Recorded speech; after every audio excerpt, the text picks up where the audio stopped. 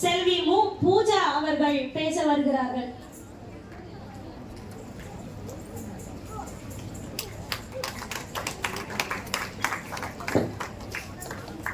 பெண்கள் முன்னேற்றத்திற்கு தடையாக இருப்பது ஆண்களே. எல்லா புகழும் இறைவனுக்கு. முக்கணிகளும் சிறந்ததுமா, ஆங்கில மாதத்தில் சிறந்ததுமே, தமிழ் மாதத்தில் சிறந்தது தை.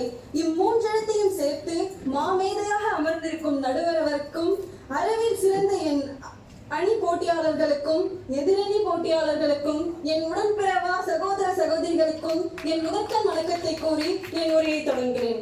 ஆக்சுவலி இதான் என்னோட ஃபர்ஸ்ட் டைம். ஸோ இதில் என்ன கரெக்ஷன் இருந்துச்சுன்னா அவங்களோட கூட பிறக்கா தங்கச்சியாக நினச்சி என்னை மன்னிச்சுக்கோங்க. ஃபர்ஸ்ட், நான் பெண்கள் முன்னேற்றத்துக்கு தடையா இருக்கிறது ஆண். எப்படி சொல்லிட்ட தங்கச்சி? நிறைய பேர் இருக்காங்களா? ஆண்கள் சைட்ல பேசுறதுனால இங்க இருக்கிற அண்ணா தம்பி யாரும் என்ன தப்பா எடுத்துக்க வேணாம், சார் யாரும் என்ன தப்பா எடுத்துக்க வேணாம். உள்ளதான் நான் சொல்ல வந்திருக்கேன், எனக்கு தெரிஞ்சதை நான் சொல்ல வந்திருக்கேன். நடுவர் அவர்களே, நீங்க நடுவரே ஒரு பெண்ணா இருக்கிறப்போ ஒரு பெண் முன்னேற்றத்திற்கு தடையா ஒரு பெண்ணா இருக்காங்கன்னு என்னால எப்படி சொல்ல முடியும்? ஆக்சுவலா இப்போ எனக்கு இந்த தலைப்பு கொடுத்த உடனே எனக்கு முதல் முறைன்றதுனால எனக்கு என்ன பண்றதுன்னு தெரியல. நான் என்னோட சகோதரியை ஒருத்தவங்களுக்கு கால் பண்ணி இந்த மாதிரி பெண் முன்னேற்றத்திற்கு தடையா இருக்கிறது ஆண்களா பெண்களான்ற தலைப்புல பேச சொல்றாங்கன்னு மட்டும்தான் நான் சொன்னேன். அவங்க கிட்ட நான் ஆண்கள் தலைப்புல தான் பேச போறேன்னு கூட அவங்க கிட்ட நான் சொல்லல. இது சொன்ன உடனே இது என்ன கேள்வி, பெண்கள் முன்னேற்றத்திற்கு தடையா இருக்கிறது ஆண்கள் தானே. ஃபர்ஸ்ட் கல்யாணம் பண்ண அப்பாக்கு அப்பா அப்படின்ற ஒரு ஆணு கீழே இருந்தேன், பொண்ணா பிறந்தேன் அப்பான்ற ஒரு கீழே இருந்தேன். அப்புறம் கல்யாணம் பண்ண கணவர் அவருக்கு கீழே இருந்தேன். இப்போ என் பையன் வந்தா என் பையன் சொல்றதுதான் நான் கேட்கணும். இப்படி ஒரு பெண்ணோட வாழ்க்கை அடுத்து ஒரு ஆணுக்கு கீழே தான் இருக்கு. இதுல என்ன நீ கேள்வி கேட்கிற? ஆண்கள் சைட்லயே நீ பேசுன்னு அவங்க சொன்னாங்க. நான் தலைப்பை மட்டும்தான் சொன்னேன். அப்போ ஒரு சக பொண்ணா இங்க இருக்க உலகத்துல இருக்கிற எல்லாரோட மனநிலையும் அந்த மாதிரிதான் இருக்குன்னு நான் நினைக்கிறேன். இப்போ நான் இந்த தலைப்பை பேசுறதுனால அவங்க சொல்லலாம், ஒரு கள்ளிப்பால் கொடுத்து கொல்றதே ஒரு பொண்ணு தானே, ஒரு கிழவி தானே கள்ளிப்பால் கொடுத்தே கொல்றான்னு எதிரணியில கண்டிப்பா இதை பேசுவான்னு நான் நினைக்கிறேன். நான் என்ன சொல்றேன்னா, கள்ளிப்பால் கொடுக்கும்போது ஆண்கள் எங்க போனீங்க? ஆண்கள் எங்க இருந்தீங்க? கள்ளிப்பால் கொடுக்கும்போது ஆண்கள் தடுத்துருக்கலாமே. இப்போ என்னோட கதையை எடுத்துக்கோங்களேன். எனக்கு ஒரு அக்கா, ஒரு அண்ணா, ஒரு தங்கச்சி இருக்காங்க. நான் பிறந்தப்போ எங்க அப்பா என்னை பார்க்கவே வரல அப்படின்னு அம்மா சொல்றாங்க. ஏன்னு கேட்டா, நான் பொண்ணா பிறந்துட்டேன்னா அதனால எங்க அப்பா என்னை பார்க்க வரலையாம். அப்போ பொண்ணை பெத்துட்டோமே எங்க அம்மா ஹாஸ்பிட்டல் விட்டு ஏஞ்சி போல, பொண்ணை பெத்துட்டோமே எங்க பாட்டி என்னை விட்டு போல, பொண்ணை பெத்துட்டோமேன்னு ஒரு ஆனா எங்க அப்பா தான் என்னை பார்க்காம வராம இருந்ததுன்னு சொன்னா அது குறிப்பிடத்தக்கதுதான் நடுவர். இப்போ நீங்க ஆக்சுவலா நான் நிறைய பேசணும்னு வந்தேன், பட் எனக்கு பேப்பர் பார்க்கவே தோணல. உங்களோட அப்படியே ஜென்ரலா பேசிடலாமே தோணுது. ஒரு பெண் அப்படி இப்போ ஒரு பெண்ணோட முன்னேற்றம் அப்படின்றத தாண்டி இங்க ஒரு அகராதியே இருக்கு. ஒரு பொண்ணு இப்படிதான் இருக்கணும், ஒரு பொண்ணு இதைத்தான் பண்ணணும், ஒரு பொண்ணு அது ஏன்னு எனக்கு தெரியல. இப்போ ஒரு அகராதியிலே ஒரு பெண்ணை திணிக்கப்படுறாங்க. அந்த திணிப்புலதான் அப்பா, கணவர், அண்ணன், தம்பி, இப்படி ஒரு பெண்ணோட வாழ்க்கை அடுத்தடுத்து மாறிட்டே இருக்கு. சரி, இப்போ நீங்க கல்வியில எடுத்துக்கிட்டீங்கன்னா கேர்ள்ஸோட ரேஷியோஸ் தான் அதிகமா. நீங்க ரேஷியோ எடுத்து பாத்தீங்கன்னா ரிசல்ட்ல கேர்ள்ஸோட ரிசல்ட் தான் அதிகமா காட்டப்படும். இதே ஒரு எம்ப்ளாய்மெண்ட் வேலைன்னு பாத்தீங்கன்னா அந்த பெண்கள் எங்க போறாங்கன்னே தெரியல. கல்வியில ரேஷியோ அதிகமா காட்டுற பெண்கள் வேலையில ஏன் காட்டலன்னு நினைக்கிறீங்க? கேட்டா அப்பா ஒத்துக்கல, படிக்க வச்சாங்க, 24-25 வயசு அடிச்சு கல்யாணம் பண்ணி கொடுத்துட்டாங்க. கணவர் எக்கனாமிக்கலா நம்ம கஷ்டப்படுறோம், வேலைக்கு போறேன்னு சொன்னா கணவர் விடுறது இல்லை. ஏன்? ஒரு ஆணை விட ஒரு பொண்ணு அதிகமா சம்பாதிச்சுட்டா இந்த சமூக அசிங்கம் தான் நினைக்குது. இதுதான் உண்மை. ஏன் நான் சம்பாதிக்க கூடாதா? இதே சோசியல் மீடியா எடுத்துக்கோங்களேன். ஏதாவது ஒரு பையன் பண்றான், அப்பா செம்ம மாசா இருக்கான்ல, செம்ம அழகா இருக்கான்ல, சூப்பரா இருக்கான்ல அப்படின்னு தி பாய்ஸ் அப்படின்னு ஒரு எடிட்ட போடுறது. ஒரு பொண்ணுனா உமன் ஹான்னு சிரிக்கிறது. என்ன புரியல? இப்போ எங்க சித்தப்பா வந்தாங்க. எங்க அம்மா சொல்றாங்க, என் பொண்ணை நான் அவ்வளவு தைரியமா வளர்த்திருக்கேன் அப்படின்னாங்க. அப்பா பரவாயில்ல, அவனை பத்தி சொல்றாங்க, சந்தோஷம் அப்படின்னு நினைச்சேன். என் பொண்ணை நான் பையன் மாதிரி வளர்த்திருக்கேன் அப்படின்றாங்க. அப்போ நீ அம்மா என்ன அசிங்கமா கூட திட்டிருக்கலாம். இதே ஒரு பையன்கிட்ட போய் என் பையனை நான் பொண்ணு மாதிரி வளர்த்திருக்கேன்னு சொன்ன சமூகம் ஒத்துக்குமா? சிரிக்கிறீங்கல்ல, ஏன்? இதே ஒரு பொண்ணு கிட்ட போய் நான் என் பொண்ணை பையன் மாதிரி வளர்த்திருக்கேன்னா இந்த சமூகம் ஏத்துக்குது, பா வீரனா இருக்கான் அப்படி வளர்த்திருக்காங்கன்னு சொல்லுது. இதே ஒரு பொண்ணு கிட்ட பேசும்போது ஏன் இப்படிதான் சமூகம் ஒரு பொண்ணை ரொம்ப அடிமைப்படுத்துறாங்க. இப்போ ஆண்கள் ஏன் விட மாட்டாங்கன்னு சொல்லனா, இப்ப நான் சட்டப்படி படிக்கிறேன். நிறைய பேர் ஒரு பொம்பளை பிள்ளை எதுக்கு வக்கீல் படிக்க வைக்கிற, பொம்பளை பிள்ளை எதுக்கு கேஸுக்கு கோர்ட்டு இது ஏறி அறையணும், ஆம்பளை பிள்ளைய படிக்க வச்சா பரவாயில்ல, ஏன் பொம்பளை பிள்ளைய படிக்க வைக்கிறது, ஏன் ஒரு படிப்புல கூட பெண்களை கீழே தான் வச்சிருக்காங்க, பெண்கள் எல்லாரையும் டிபெண்ட் பண்ணி தான் இருக்காங்க. இப்போ என்னோட ஃப்ரெண்டோட ஸ்டோரியே எடுத்துக்கிட்டிங்கன்னா, என் ஃப்ரெண்டுக்கு வந்து அவங்க வந்து ஒரு தங்கச்சி இருக்கா, 2 தம்பி இருக்காங்க போல. அவ தம்பி பிறக்கிறதுக்கு 6 இயர்ஸ் டிஃப்ரென்ஸ் இருக்கு. அவங்க அம்மா வந்து 2 குழந்தை போதும் அப்படின்னு நினைச்சிட்டாங்க. ஆனா அவங்க அப்பா கிட்ட அவங்க அப்பாவோட ஃப்ரெண்டு கேட்குறாங்க, என்ன பொம்பளை பிள்ளையா, செலவு தான், நீ பாத்தியா, ஏன் நீ என்ன கல்யாணம் பண்ணிட்டு போறியா, நீ சாப்பாடு போட போறியா, எனக்கு புரியல. அவங்க அப்படி சொல்லியிருக்காங்க. நான் கேட்டேன் என்னடி ஆச்சு. அதுக்கப்புறம் அந்த பொண் விரும்பியோ விரும்பாமலோ அவங்க குழந்தை பெற்றுக்கிறதுக்கு தள்ளப்படுறாங்க. ஏன் ஒரு அவங்க கேட்குறாங்க, ஆம்பளை பிள்ளை இல்லையா, செலவு, பொம்பளை பிள்ளை பெற்றா செலவு தானே அப்படின்னு. ஸோ விரும்பியோ விரும்பாமலோ ஒரு பெண் ஒரு ஆணுக்காக அவ வாழ்ந்துதான் ஆகணும், ஒரு ஆணுக்காக அவ செஞ்சுதான் ஆகணுன்ற நிலைமைக்கு தள்ளப்படுறாங்க. இப்போ ஸ்டார்டிங்ல இப்போ காலேஜ் வரும்போது காலையில நான் டிபார்ட்மெண்ட் போயிட்டு வந்தேன். மேம் வந்து என்ன கலர் ட்ரெஸ்ல வந்திருக்கேன்னு கேட்டாங்க. இந்த மாதிரி நான் ஒரு டிபேட் காம்படிஷன் போறேன் மேம், ஃபர்ஸ்ட் டைம் ரொம்ப பயமா இருக்கு, ஆடியன்ஸை கவர் பண்ற மாதிரி ஏதாவது பாயிண்ட் சொல்லுங்க அப்படின்னா. என்ன தலைப்பு ஃபர்ஸ்ட் சொல்லு அப்படின்னா, பெண்கள் முன்னேற்றத்திற்கு தடையா இருக்கிறது வந்து ஆண்களா பெண்களா அப்படின்னா. மேம் இது என்னது, ஆண்கள் தான், வாஷிங் மிஷின் சரியில்லை, எங்க வீட்டுக்காரர் என்ன ஃபோன் பண்ண சொல்றாரு, இது என்னது. அப்போ இது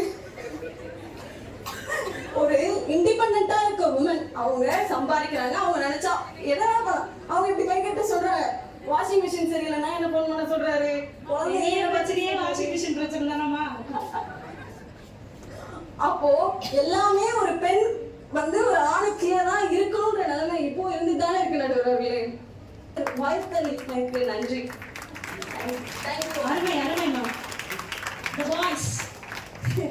voice அப்படின்னு சொல்லி வாய்ஸ் வந்து எங்களோட உரிமையெல்லாம் பறிச்சுக்கிறாங்க. ஐயோ எங்களுக்கு எல்லாத்தையும் பண்ணிடுறாங்க, என்னால முடியல தாங்கல அப்படின்னு சொல்லி போனவிட்டாங்க.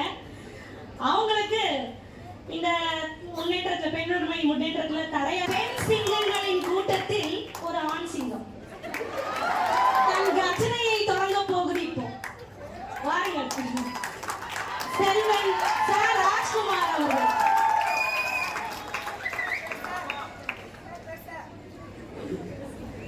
கல் தோன்றி மண் தோன்றா காலத்தே வாளோடு முன் தோன்றிய மூத்த குடி தமிழ் குடி, தமிழன் என்று சொல்லடா, தலை நிமிர்ந்து நில்லடா.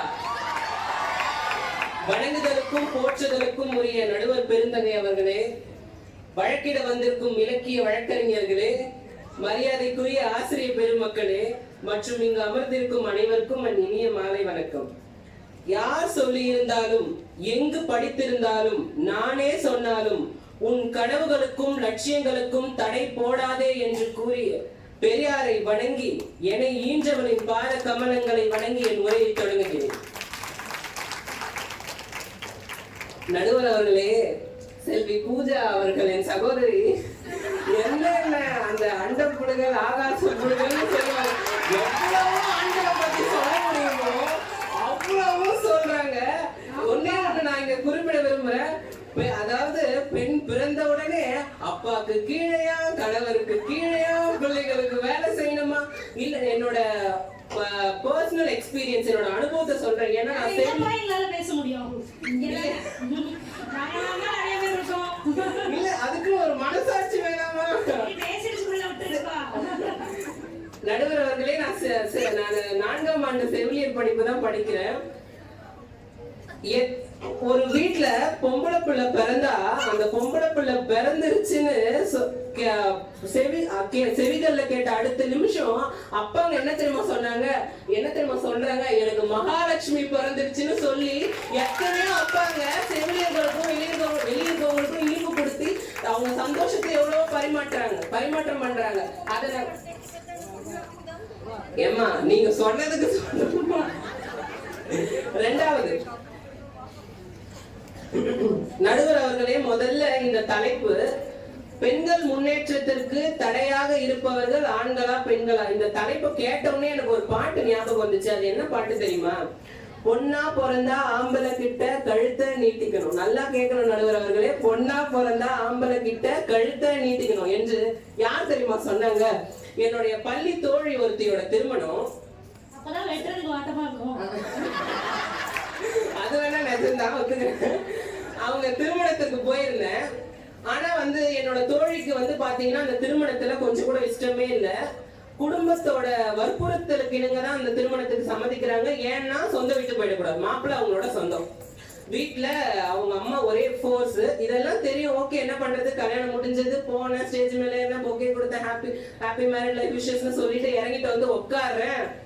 பின்னாடி இருந்து இந்த பாட்டு. யாருன்னா அவங்களோட பாட்டி, அவங்க ஆயா உட்காந்து பொண்ணா பிறந்த ஆம்பளை கிட்ட கழுத்தை நீட்டிக்கணும்னு அவங்க பாட்டி பாருங்க. நடுவர் அவர்களே இதுல இருந்தே தெரியும் ஒரு பொண்ணோட முன்னேற்றத்திற்கு யார் தடையா இருக்காங்க அப்படின்றது. நடுவர் அவர்களே இப்பெல்லாம் எங்க ஆண்களை எல்லா இடத்துலயுமே குறை சொல்லி சொல்லி இந்த சமூகம் பழகி போயிடுச்சு. இப்பெல்லாம் பெண்களோட லட்சியத்திற்கும் அவங்களோட கனவுகளுக்கும் எவ்வளவோ கணவன்மார்கள் அவங்க மனைவிமார்களுக்கு உறுதுணையா இருக்காங்க. இது கண்டிப்பா பகிரங்கமா எல்லாருமே ஒத்துக்கணும். ஏன்னா ஹஸ்பண்ட்ஸ் எல்லாருமே மியூச்சுவல் அண்டர்ஸ்டாண்டிங் என்ற உலகத்துக்கு வந்துட்டாங்க. அவங்களோட எப்படி சொல்றதுன்னா, ஸ்வீட்டா உனக்கு இன்னைக்கு தலைவலிக்குதா, நான் காஃபி போட்டு தரேன், நான் துணி துவைச்சு போடுறேன், நான் சம்பளம் வரைக்கிறேன், நான் வீட்டுல இருக்கிறேன், எல்லாம் இங்கதான் இருக்காங்க, இங்கேதான் இருக்காங்க. நடுவர்களே எங்க அப்பாவே இதெல்லாம் செய்வாரு. நான் பர்சனல் எக்ஸ்பீரியன்ஸை கொண்டு வர விரும்புறேன். ஆனா பெண்களை பத்தி மனைவிமார்களை பத்தி எப்படி நீங்களே சொல்லுங்க. இன்னொரு ஒரு வரலாற்று மிக்க ஒரு முக்கிய குறிப்பை நான் இங்க சொல்ல விரும்புறேன். இன்றைய இளைஞர்களுக்கு வரலாற்றை பத்தி தெரியணும். நீங்க பெண்கள் அடிமையா வச்சிருக்காங்க, நாங்க எந்த தாலினா வேலி, 3 முடிச்சு போட்டா நான் காலி, அதெல்லாம் கிடையாது. பெண்கள் உடன்கட்டை ஏறணும்ன்ற ஒரு பெரும் சடங்கு இந்த நாட்டில் இருந்த போது இந்த தேசத்தின் பெண்களுக்காக உடன்கட்டை முறையை முற்றிலும் ஒழிப்பதற்கு முதலில் சட்டம் கொண்டு வந்தது ராஜா ராம் மோகன் ராய் என்ற ஒரு ஆண். அவர்தான் முதல்ல உடன்கட்டை ஏறக்கூடாதுன்னு முதல்ல சட்டம் கொண்டு வரப்பட்டது. எப்படி சொல்லுவீங்க பெண்கள் முன்னேற்றத்துக்கு ஆண்கள் தான் தடையா இருக்காங்கன்னு? எனக்கு தெரிஞ்ச ஒரு உதாரணம் நடுவர் அவர்களே, அல்லது ஒரு குட்டி கதை வச்சுக்கலாமா? எங்க வீட்டு பக்கத்துல எனக்கு என் சகோதரி போன்றவர் மிக பரிச்சயப்பட்ட ஒரு முகம். ஏன்னா குழந்தையில இருந்து நாங்க ஒன்னா பக்கத்து வீட்டுக்காரங்க.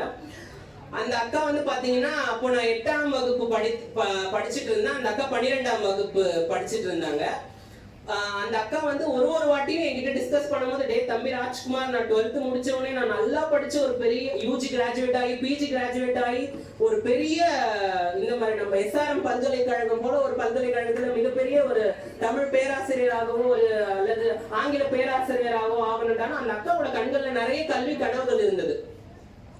ஆனா அந்த அக்காவோட குடும்பம் அதெல்லாம் பொருட்படுத்தாம அந்த அக்காவுக்கு 12ஆம் வகுப்பு முடிஞ்ச மறாவது மாசமே திருமணம் பண்ணி வச்சாங்க. ஆனா அந்த நிமிஷத்துல அந்த அக்காவோட கனவுகள் எல்லாம் புதைக்கப்பட்டது. ஆனா அங்கதான் ஒரு ட்விஸ்ட் இருக்கு.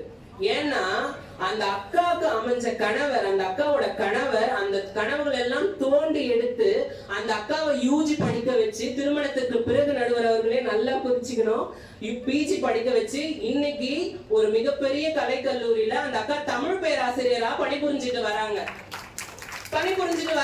இது நிதர்சன உண்மை. அதுதான் நான் உன்னை சொல்லிக்கிறேன். ஒவ்வொரு கல்யாணான பொண்ணோட வெற்றிக்கு பின்னாடியும் கணவன்மார்கள் என்ற ஒரு ஆண் இருக்கிறான் என்றதுதான் இந்த இடத்துல நான் நிதர்சனமா சொல்லிக்க விரும்புறேன். அப்புறம் ஒரு முக்கியமான விஷயம், இந்த வீட்டினுடைய பினான்ஸ், இந்த பட்ஜெட் மேனேஜிங். நான் வந்து நிறைய எனது மாண்புமிகு நடுவர் இருக்கீங்க, என்ன ஆப்போசிட் டீம்ல நிறைய முனைவர்கள் இருக்கீங்க, எங்க பேராசிரியர்கள் எல்லாம் இருக்கீங்க. இன்னைக்கு வேற சர்வதேச மகளிர் தினம் கொண்டாடுறோம். மனசாட்சி தொட்டு பதில் சொல்லுங்க. இன்னைக்கு எத்தனை வீடுகள்ல கணவன்மார்கள் பட்ஜெட் மேனேஜிங்ன்ற விஷயத்தை தம் மனைவிங்க கிட்ட கொடுக்குறாங்க.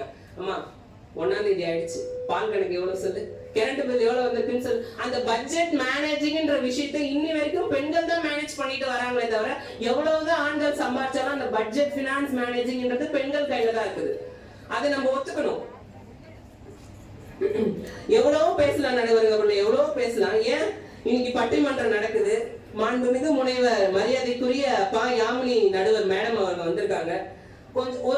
கொஞ்சம் டைம் ஆயிடுச்சுன்னு வச்சுக்கோங்களேன், நாங்களாம் கொஞ்சம் ஒரு ஃபயரா பேசுறோம். ஒரு 6 மணி ஆயிடுச்சு, தீர்ப்பு சொல்ல முடியல, ஆண்கள் பக்கமா பெண்கள் பக்கமான்னு.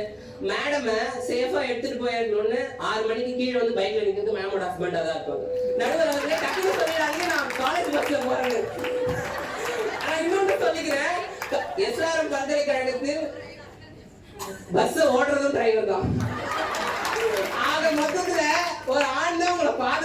வீட்டுக்கு எடுத்துட்டு போய் கொண்டு போய் விடுறாருன்றதை நான் தெரிவிச்சுக்கிறேன். ரொம்ப நன்றி ஞாபகப்படுத்துறதுக்கு.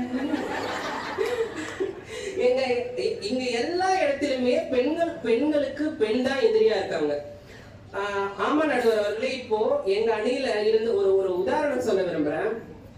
எங்க அணி ஒரு உதாரணம், சின்ன உதாரணம். எங்க அணியில செல்வி ஜெயஸ்ரீ இருக்காங்க, என்னோட ஜூனியர். அவங்களோட ஃப்ரெண்டுக்கு உதாரணம்னா, அவங்களோட ஃப்ரெண்டுக்கு வந்து ஏதோ உடல்நிலை சரியில்லை, ஹாஸ்பிட்டல்ல சேர்த்துருக்காங்க. இங்க இருந்து அவங்க டிஸ்சார்ஜ் சம்மரி, அவங்க மெடிசன்ஸ் எல்லாம் வாங்கி கூட பார்த்து உட்காந்து ஆறுதல் சொல்லி வீட்டுக்கு போக ஒரு 8 ஆயிடுச்சு. இங்க இருந்து ட்ரெயின் பிடிச்சி ஒரு 9:30க்கு ஒரு 10க்கு தான் வீட்டுக்கு போறாங்க. மறுநாள் காலையில பக்கத்து வீட்டு அக்கா, ஏமா ஜெயஸ்ரீ நேத்து 10 மணிக்கு வந்த, எங்கம்மா போயிருந்த, எங்க ஏன் இவ்வளவு டைம் ஆயிடுச்சு? இதுவே அந்த வீட்டுல இருக்கக்கூடிய ஒரு ஆண் என்ன தெரியுமா கேட்பாரு, ஏமா ஜெயஸ்ரீ டைம் ஆயிடுச்சு சொல்லியிருந்தா நான் வந்திருப்பேன்ல, உன்னை கூட்டிட்டு போவேன், ஏன் அவ்வளவு தூரமா நீ தனியா வந்து? அந்த இடத்துல பெண்கள் பாதுகாப்புக்கு ஒரு ஆண் தான் துணையா இருக்காரு. அப்புறம் ஒரு சின்ன ஒரு வரலாற்று கதையை மட்டும் சொல்லிக்க விரும்புறேன் நடுவர் அவர்களே. வரலாற்றுல இருக்கிற எல்லா உதாரணங்களுக்கும் பெண்களுடைய எல்லா முன்னேற்றத்திற்கும் ஆண்கள் தான் முக்கிய பங்கு வகிக்கிறாங்க. ஒண்ணு சொல்லிக்கிறேன். கள்ளுக்கடை மறியல், நாட்டின் சுதந்திர போராட்டம் கள்ளுக்கடை மறியல் நடந்தது. அப்போ எல்லாரும் கேட்டாங்க, இந்த போராட்டத்திற்கு ஒரு முற்றுப்புள்ளியே இல்லையான்னு தந்தை பெரியார் கிட்ட போய் கேட்கிறாங்க. அப்போ பெரியார் சொன்ன பதில், 94 வயதிலும் இந்த நாட்டினுடைய சூத்திர பட்டத்தை போக்குவதற்கு மூத்திர செட்டியை சுமந்து கொண்டு மேடைகளில் முழங்கிய பெரியார் என்ன தெரியுமா சொன்னாரு, இந்த போராட்டத்திற்கு நிறைவு என் கையிலோ காந்தியின் கைகளிலோ இல்லை, ஈரோட்டிலே இருக்கின்ற நாகம்மை கண்ணம்மை என்கின்ற 2 பெண்களின் கையில் தான் இருக்கிறது என்று நாட்டினுடைய சுதந்திர தீயை பெண்களிடம் ஒப்படைத்தார் பெரியார். எப்படி சொல்றீங்க நீங்க ஆண்கள் தடையாக இருக்காங்கன்னு சொல்லிட்டு? ஒரு கல்யாணம் நடக்குது, ஒரு வீட்டுல ஒரு கல்யாணம் நடக்குது நடுவர்களே. அம்மா சொல்லுவாங்க, கல்யாணம் ஆகி வீட்டுக்கு போறாங்க, அம்மா சொல்லுவாங்க, ஏண்டி நீ போட்டிருக்க பத்தி ஆரம், அது 20 பவுன், அது பத்திரம். நீ போட்டிருக்க சேலை எக்காரத்து கொண்டு உன் நாத்தனாருக்கு கொடுத்துறாத, எதனா ஃபங்க்ஷனுக்கு கேட்பா, கொடுத்துறாத. பாட்டி சொல்லுவாங்க, போன உடனே மாமியாருக்குள்ள இருக்க சாவை கொத்து மோயிட்டுக்குள்ள சொல்லிருக்கோம், விட்டுறாதன்னு. ஆனா அந்த வீட்டினுடைய தந்தை என்ன தெரியுமா சொல்லுவாரு, அந்த மாப்பிள்ளனுடைய 2 கைகளை தன் காலாக நினைத்து, மாப்பிள்ளை என் பொண்ணு பத்திரம் மாப்பிள்ளைன்னு சொல்லுவாரு. அப்பா மட்டும்தான். எப்படி சொல்லுவீங்க அப்பா கீழே நீங்க பொண்ணு இருப்பீங்கன்னு சொல்லிட்டு? ஆகையால நடுவர் அவர்களே, எந்த வகையில் பார்த்தாலும் இன்றைக்கு ஆணுக்கு நிகராய், ஆணை விட உயர்வாய் பெண்கள் பறக்கும் போது கூட என் தாய், என் மனைவி, என் சகோதரி, என் பிள்ளை, என் பேத்தி என்று பெருமை கொள்ளும் ஆண்கள் நிறைய பேர் உண்டு. ஒரு நாளும் ஒரு பொழுதும் அவர்கள் அடிமையாகவோ அடிமைத்தனமாகவோ வைக்க எதுவும் எண்ணியதில்லை என்று சொல்லி, இந்த சர்வதேச பெண்கள் தினத்தன்றாவது இனிமேல் பெண்கள் நாங்கள் முன்னேறி இருப்பது ஆண்களால் தான் என்று பேசட்டும், அதன் மூலம் இந்த சமூகத்தின் நல்லவை விளையட்டும் என்று சொல்லி நல்லது ஒரு வாய்ப்பிற்கு நன்றி கூடி விடைபெறுகிறேன். நன்றி, வணக்கம். பறக்க வருகிறார் அகல்யா.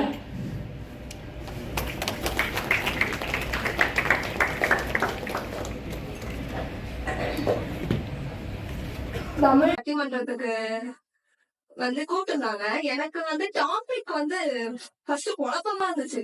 எந்த டாபிக் இது, ஆண்களா பெண்களான்னு? பெண்களா நம்ம சொல்ல வரும்போது அந்த ஆண்கள்ன்ற ஒரு அந்த ஆணும் ஃபர்ஸ்ட் கேட்டவங்க ஆண்களான்னு தான் கேட்டிருக்காங்க, பெண்களான்னு கேட்கல. அப்ப ஆண்கள் தான் தடையில இங்க நல்லாவே புரியுது. எத்தனை நீரே தடையா வந்திருக்காங்க பாத்துக்கோங்க. ஆண்கள் அங்க நிக்கிறாங்க பெண்கள்னு சொல்லிட்டு. கடவுளாக்கி ஒதுக்குவதும் இல்லை, அடிமைப்பாக்கி அடக்குவதும் இல்லை. சில நேரங்களில் ஆணினும் மேலானவள், மற்றபடி நிகரானவள். உன் தியாகத்தை திண்மையாய் கற்றுக்கொள்வதை கழிக்கிறது ஆண் கூட்டம் என்று வைரமுத்து வரிகள் சொல்கிறது. எதிரணியர் சொன்னாங்க, பெண் குழந்தை பிறந்தோடனே அப்பா மகாலட்சுமி சொன்னாங்க. ஐயோ என்னமா சொல்றீங்க, மகாலட்சுமி தெரியுமா பொண்ணுன்னு சொல்லுவாங்க. அந்த நகையெல்லாம் சொல்லுவாங்கல்ல, நகைய நீங்க டெய்லியும் போட்டுட்டா போவீங்க, பத்திரமா வீரோல பூட்டி வைப்பீங்க. சரியா? பூட்டி வச்சு அழகா பாப்பீங்க. ஏன்னா நீங்க அதை வெளியே கொண்டாதான் எவனாச்சும் படிச்சுட்டு போயிடும். அது மாதிரிதான் பெண்ணை ஒரு அடிமையா கொடுத்து அடுத்த வீட்டுக்கு அனுப்புறதுதான் மகாலட்சுமி பிறந்திருக்கா அப்படின்னு சொல்றீங்க. சரி, என்ன அப்புறம் கணவர் மனைவிக்குள்ள மியூச்சுவல் அண்டர்ஸ்டாண்டிங்கா? என்னென்ன மியூச்சுவல் அண்டர்ஸ்டாண்டிங்? அவளுக்கு தேவையானதை செஞ்சு கொடுக்கலாம்னு வச்சுக்கோங்களேன், அந்த மியூச்சுவல் அண்டர்ஸ்டாண்டிங் போயிட்டே இருக்கும். தேவையே கிடையாது, நீ எங்க இருந்தா எனக்கு என்ன அப்படின்னு அந்த மியூச்சுவல் அண்டர்ஸ்டாண்டிங் எப்பயும் உடஞ்சு போயிடும். என்ன சொன்னீங்க? பிஜி யூஜி படிக்க வச்சு அவங்க வந்து ஆசிரியரா இருக்காங்க. என்னதான் பிஜி யூஜி படிச்சுட்டு வந்தாலும் வீட்டுக்கு போனானே என்னங்க ஒரு டீ போடுங்க அப்படின்னா போட மாட்டாங்க. தானா போய் போட்டு அவருக்கும் பட்டு கொடுத்தா அது மியூச்சுவல் அண்டர்ஸ்டாண்டிங். அவர் வந்து போட்டு கொடுக்க மாட்டாரு. ஏன்னா அவர் ஆணவம். நான் ஏன் போடணும், நீதான் வேலைக்கு போற வந்து செஞ்சா என்ன, உனக்கு என்ன குறைச்சல் அப்படின்னு சொல்றது. இதே ஒரு இப்ப வந்து ஒருத்தர் வேலைக்கு போய் எனக்கு தெரிஞ்ச ஒரு அங்கிள் வந்து வேலைக்கு போறாரு. அவரோட ஒய்ஃப் வந்து வீட்டுல இருக்காங்க. அவர்கிட்ட வந்து ஒரு தோழர் வந்து கேக்குறாங்க, என்ன கேக்குறாங்க, உங்க வீட்டம்மா என்ன பண்றாங்க அப்படின்னு கேக்குறாங்க. அவங்க வீட்டுல சும்மாதான் இருக்காங்க, சும்மாதான். அப்ப உங்க அப்பா அம்மா உங்க குழந்தைங்க எல்லாம் எல்லாம் யாரு பாத்துக்கிறாங்க? அவங்க வீட்டுல சும்மாதான் இருக்காங்க, அவங்க பாத்துப்பாங்க அப்படின்னு சொல்றாங்க. நெக்ஸ்ட் என்ன பண்றாங்க, வீட்டுல தோட்டம் எல்லாம் வச்சிருக்கீங்களா, காய்கறி எல்லாம் நீங்களே வளர்க்குறீங்களே, யார் வளர்க்குறா? நான் எங்க வீட்டுல மனைவி சும்மாதான் இருக்கா, அப்பதான் வளர்க்குறா அப்படின்னு சொல்ல. சும்மாதான் இருக்கா சும்மாதான் இருக்கான்னு 100 வாட்டி சொல்றது. அது என்ன தெரியல, எனக்கு சும்மா இருக்கானா என்ன வார்த்தை தெரியல. இவ்வளவு வேலையும் செய்யறவங்க சும்மா இருக்கவங்க, காலையில 9 மணிக்கு போயிட்டு ராத்திரி 10 மணிக்கு வர்றவங்க சும்மாவே இல்லையா. அவங்க வந்து அவங்க அவ்வளவு ஒர்க் பண்ணிட்டு வராங்க, ஆனா வீட்டு வேலையை மொத்தமும் செய்யறவங்க எல்லாம் சும்மா இருக்கவங்க. எனக்கு வந்து புரியல, இவங்க வந்து ஒரு நாள் சும்மா இருந்தா அவங்களோட பொழப்பு என்ன ஆகும்னு தெரியல. எல்லாருக்குமே தெரியும், சீரியஸா தெரியும். பாத்திரம் வளர்க்கறா அடுத்த கிச்சனுக்குள்ள நுழைய கூட முடியாது. பாத்திரம் வளர்க்க மாட்டாங்க. ஏன்னா ஆமாங்க விளக்கவே மாட்டாங்க. இன்னொரு நான் எங்க அப்பா விளக்கி நான் பார்த்ததே இல்லை, சமைச்சு பார்த்ததே இல்லை. எங்க இருந்தாலும் எங்க அம்மா தான் செய்வாங்க. கேட்டா எங்க எங்க எங்க அம்மாவே சொல்லுவாங்க, நீ அப்பா வந்துருவாரு பாத்திரத்தை வரைக்கும் போடு. ஏன்னா எனக்கு பயம், இன்னும் அந்த அடிமைத்தனங்கிறது இருக்கு. பயந்து பயந்து பயந்து எல்லா இடத்துலயுமே பெண்கள் வந்து தலையா எதுவுமே வெளியே பண்ண அவங்களுக்கு பிடிச்சதால எதுவுமே பண்ண முடியல. நேச்சுரல் டிசாஸ்டர் அண்ட் ரிலேஷன் டிசாஸ்டர்னா என்ன தெரியுமா? ஒரு பெண்ணுக்கு வந்து சுற்றுச்சூழல்னால எந்த பிரச்சனை வந்தாலும் அவளால பாத்துக்க முடியும். தன்னால அதை வந்து கட்டமைச்சு அவ என்ன பண்ணணும் அப்படிங்கிற ஒரு தெளிவு அவளுக்கு இருக்கும். இதே ரிலேஷன்ஷிப், ஒரு கணவரோ ஒரு பிள்ளையோ ஏதாச்சும் ஒரு அவளுக்கு வந்து ஒரு இதை பண்ணிட்டாங்க அப்படின்னா அதுல இருந்து அவளால வெளியே வர முடியாது. ஏன்னா அது அந்த அடிமைத்தனங்கிறது இன்னமும் அந்த பெண்ணுக்கு வந்து அந்த ஆண்கள் வந்து அந்த பெண்ணுக்கு இருந்துட்டே இருக்காங்க, அடிமைத்தனத்தை கொடுத்துக்கிட்டே இருக்காங்க.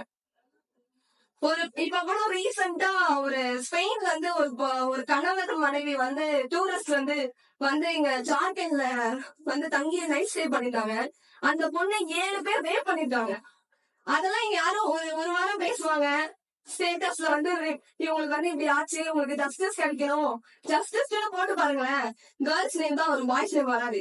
எதனால வருது? பாய்ஸ் எல்லாம் இப்படி இருக்கனாலதான் வருது. இவங்க சொன்னாது மேம் போறப்ப பாதுகாப்பா டிரைவர் விட்டுட்டு போவாராம். ஓய்யோ பாதுகாப்பு தான் இந்த லட்சணத்துக்கு வந்து இந்த நியூஸ் வந்திருக்கா? பாதுகாப்புன்னு சொல்றீங்களே, கணவன் கூட அப்படியே அந்த பொண்ணுக்கு இந்த நிலைமை பாத்துக்கோங்க. அப்ப இதான் உங்களோட பாதுகாப்பா? நான் கேக்குறேன். நடுவர் அவர்களே, பெண்களை தப்பான பார்வையில பார்த்து பார்த்து பார்த்து அவளை வளர விடாம தடுக்கிறதே ஆண் சமூகம் தான். இது இப்ப இந்த மகாபாரதத்துல அவ்வளவு பெரிய சபையில பாஞ்சாலிய துயிலரிக்கப்படுவதில் ஆரம்பிச்சு சிலப்பதிகாரத்துல தன்னோட கணவன் இன்னொரு கல்யாணம் பண்ணி அவளுக்கு அந்த கல்யாணம் பண்ணியோ துரோகம் செஞ்சோ தான் கணவனுக்கு ஒண்ணுன்னோடய போயிட்டு அரசன்ட்டே நீர் கேட்டு இருந்த கண்ணகி எங்க? இதே அந்த பெண்ணுக்கு துரோகம் செஞ்ச ஆண் எங்க? இதுதான் இந்த ஆணவம் சொல்றது. ஒரு எடுத்துக்காட்டா என்ன சொல்றேன்னா, என்னோட ஒரு அக்கா இருக்காங்க, அவங்களுக்கு வந்து நிறைய படிக்கணும் அதெல்லாம் ஒரு பெரிய ஆசை, அவங்களுக்கு நிறைய கனவுகள் தான் இருந்துச்சு. ஆனா என்ன சொல்லிட்டாரு, இல்ல நீ வந்து உனக்கு வந்து 25 வயசு ஆயிடுச்சு, இதுக்கு மேலதான் உன்னை வந்து எதுவுமே பண்ண முடியாது, உனக்கு படிப்பும் வரல இருந்தாலும் அவங்களுக்கு படிக்கணும்னு ஆசை, என்னால முடிஞ்ச அளவுக்கு நான் படிக்கிறேன், என்னை விடுங்கன்னு சொல்றாங்க. ஆனா அவங்களால முடியல. ஏன்னா என்கிட்ட காசு இல்லம்மா, நீ வந்து இதை புரிஞ்சுக்கணும். இந்த சூழ்நிலைய வந்து இந்த நம்ம சொந்தக்காரங்க தப்பா பேசுறாங்க அப்படின்னு சொல்லிட்டு அம்மா சொல்ல மாட்டா. அம்மா கிட்ட அப்பாதான் வந்து சொல்லுவாங்க, இந்த மாதிரி உன் பிள்ளைக்கு சொல்லி புரிய வைக்கி அப்படிதான் சொல்லுவாங்க. இதே அம்மாவா வந்து எதுவுமே சொல்ல மாட்டாங்க. சோ இன்னமும் இந்த ஆணவம் இந்த ஆண்கள்கிட்ட பெண்ணை அடக்கி வைக்கிறதுல இருக்குன்னு சொல்லி எனக்கு வாய்த்தவளுக்கு நன்றி கூறி விடைக்கிறேன். நன்றி, வணக்கம். அருமையான பேச்சு.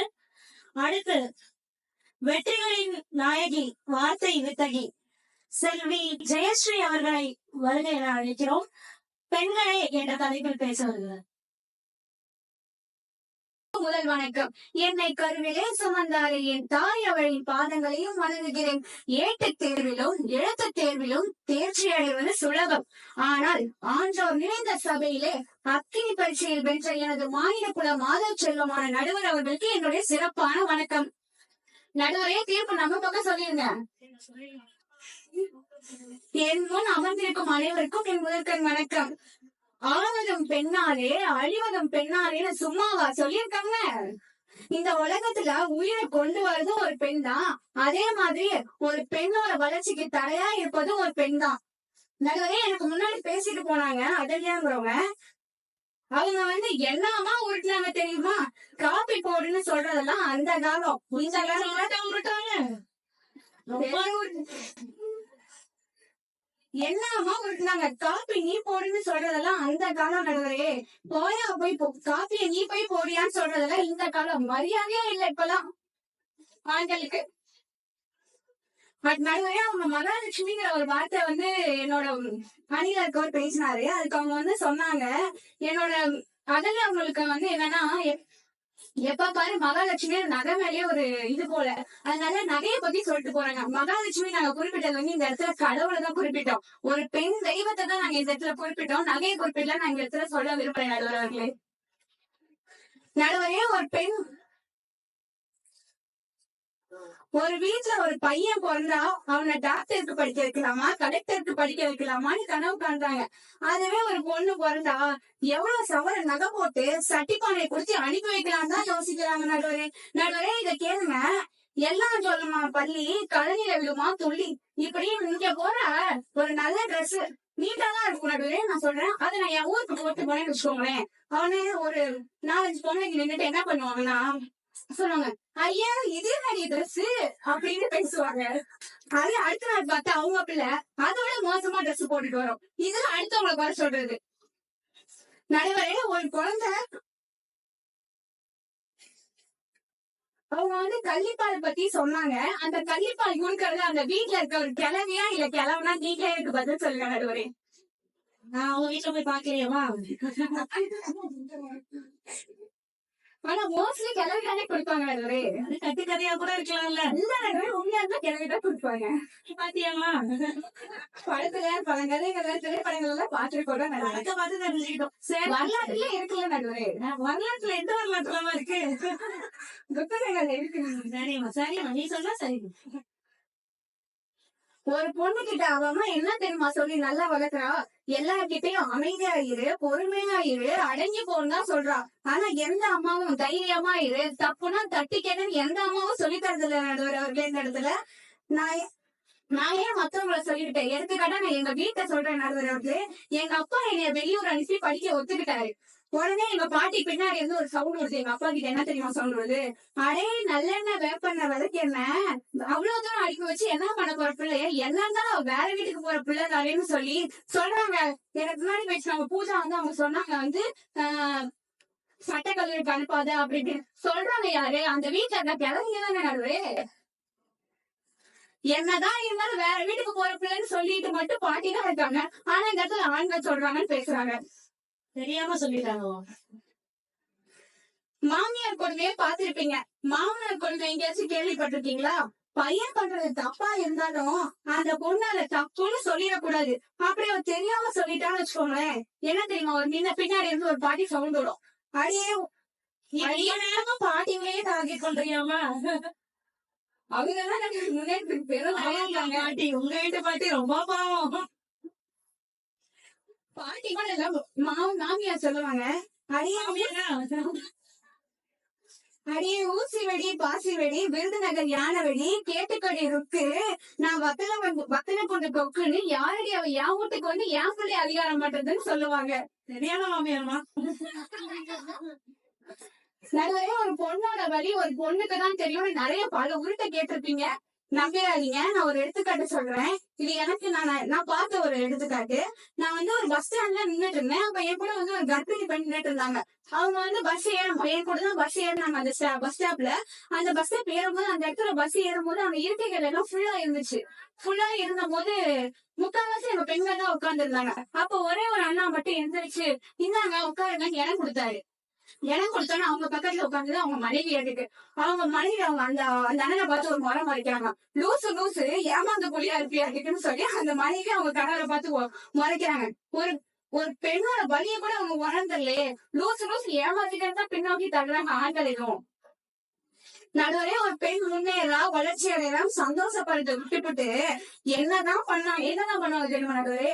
வித்தார கல்வி வரவடிக்க போனாலாம் கத்தால முள்ளு கொத்தோட குத்துச்சான். அப்படிங்கப்பா அழகா சொல்றீங்களா? இப்படி கும்பலை கூட்டிக்கிட்டு உட்காந்து பெண்கள் வளர்ச்சியை பத்தி வந்து புகழ்ந்தானா பேசுறேன் நான் நடுவே. அட்லீஸ்ட் குரலி பேசாம இருந்தா போதும் பின்னாடி. நான் ஒரு உண்மை சம்பவத்தை வந்து இந்த இடத்துல சொல்றேன். இவங்க வந்து முன்னேறதுக்கு வந்து எனக்கு முன்னாடி இதுக்கு நல்லதா வந்து சொன்னாங்க. முன்னேறதுக்கு வந்து ஆண்கள் தடையா இருக்காங்கன்னு சொல்லிட்டு எத்தனை பேர் ஐபிஎஸ் அம்பிகா அவங்களை கேள்விப்பட்டிருக்கீங்க? அவங்கள பத்தின ஒரு உண்மையான கதை. அவங்களுக்கு வந்து சிறு வயதிலே கல்யாணம் பண்ணி வச்சுட்டாங்க. கல்யாணம் பண்ணி வச்சதுனால அவங்க கணவர் வந்து கான்ஸ்டபிளா வேலை பாக்குறாரு. கான்ஸ்டபிளா வேலை பாக்குறதுனால நான் வேலைக்கு போறேன், நான் வந்துருவேன், சாப்பிட வந்துருவேன்னு சொல்லிட்டு அவர் போயிட்டாரு. ஆனா இவ்வளவு நேரம் ஐயோ வரலன்னு சொல்லிட்டு இவங்களும் சாப்பாடு எடுத்துட்டு அந்த இடத்துக்கு போறாங்க. போகும்போது அந்த இடத்துல வந்து ஒரு பிராக்டிஸ் நடந்துச்சு, பயிற்சி நடந்துச்சு.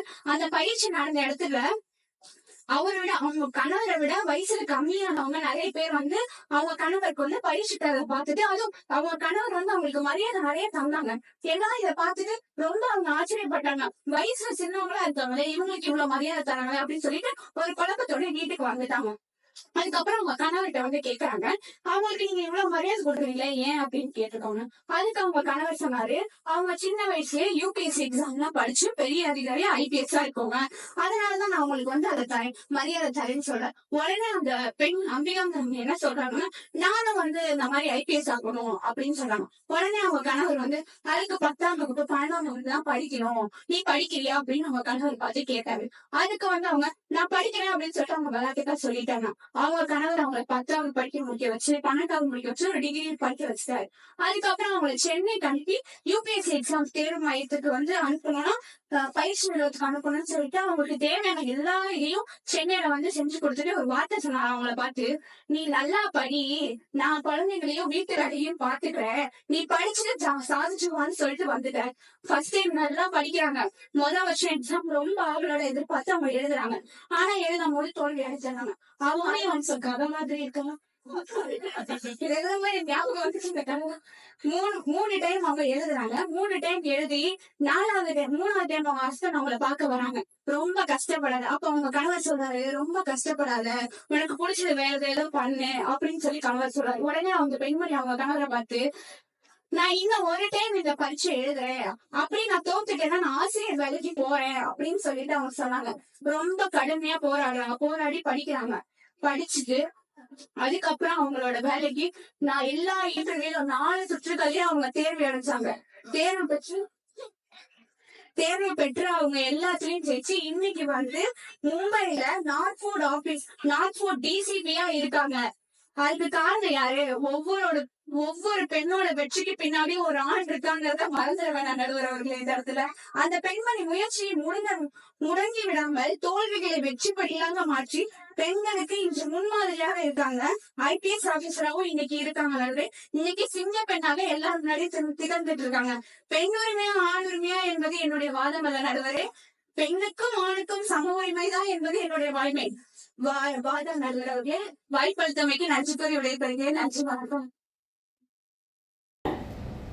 ஆண்களே என்ற தலைப்பில் முனைவர் சு. சாந்தி, கன்னித்தமிழின் காதலி, காவியமாய் பாட வந்த கணினியின் நிலா. இந்த நிலவு பொழிய போகும் சொல்லாடல்களில் சொக்கி போக காத்திருக்கிறோம். வாருங்கள் அம்மையாரே.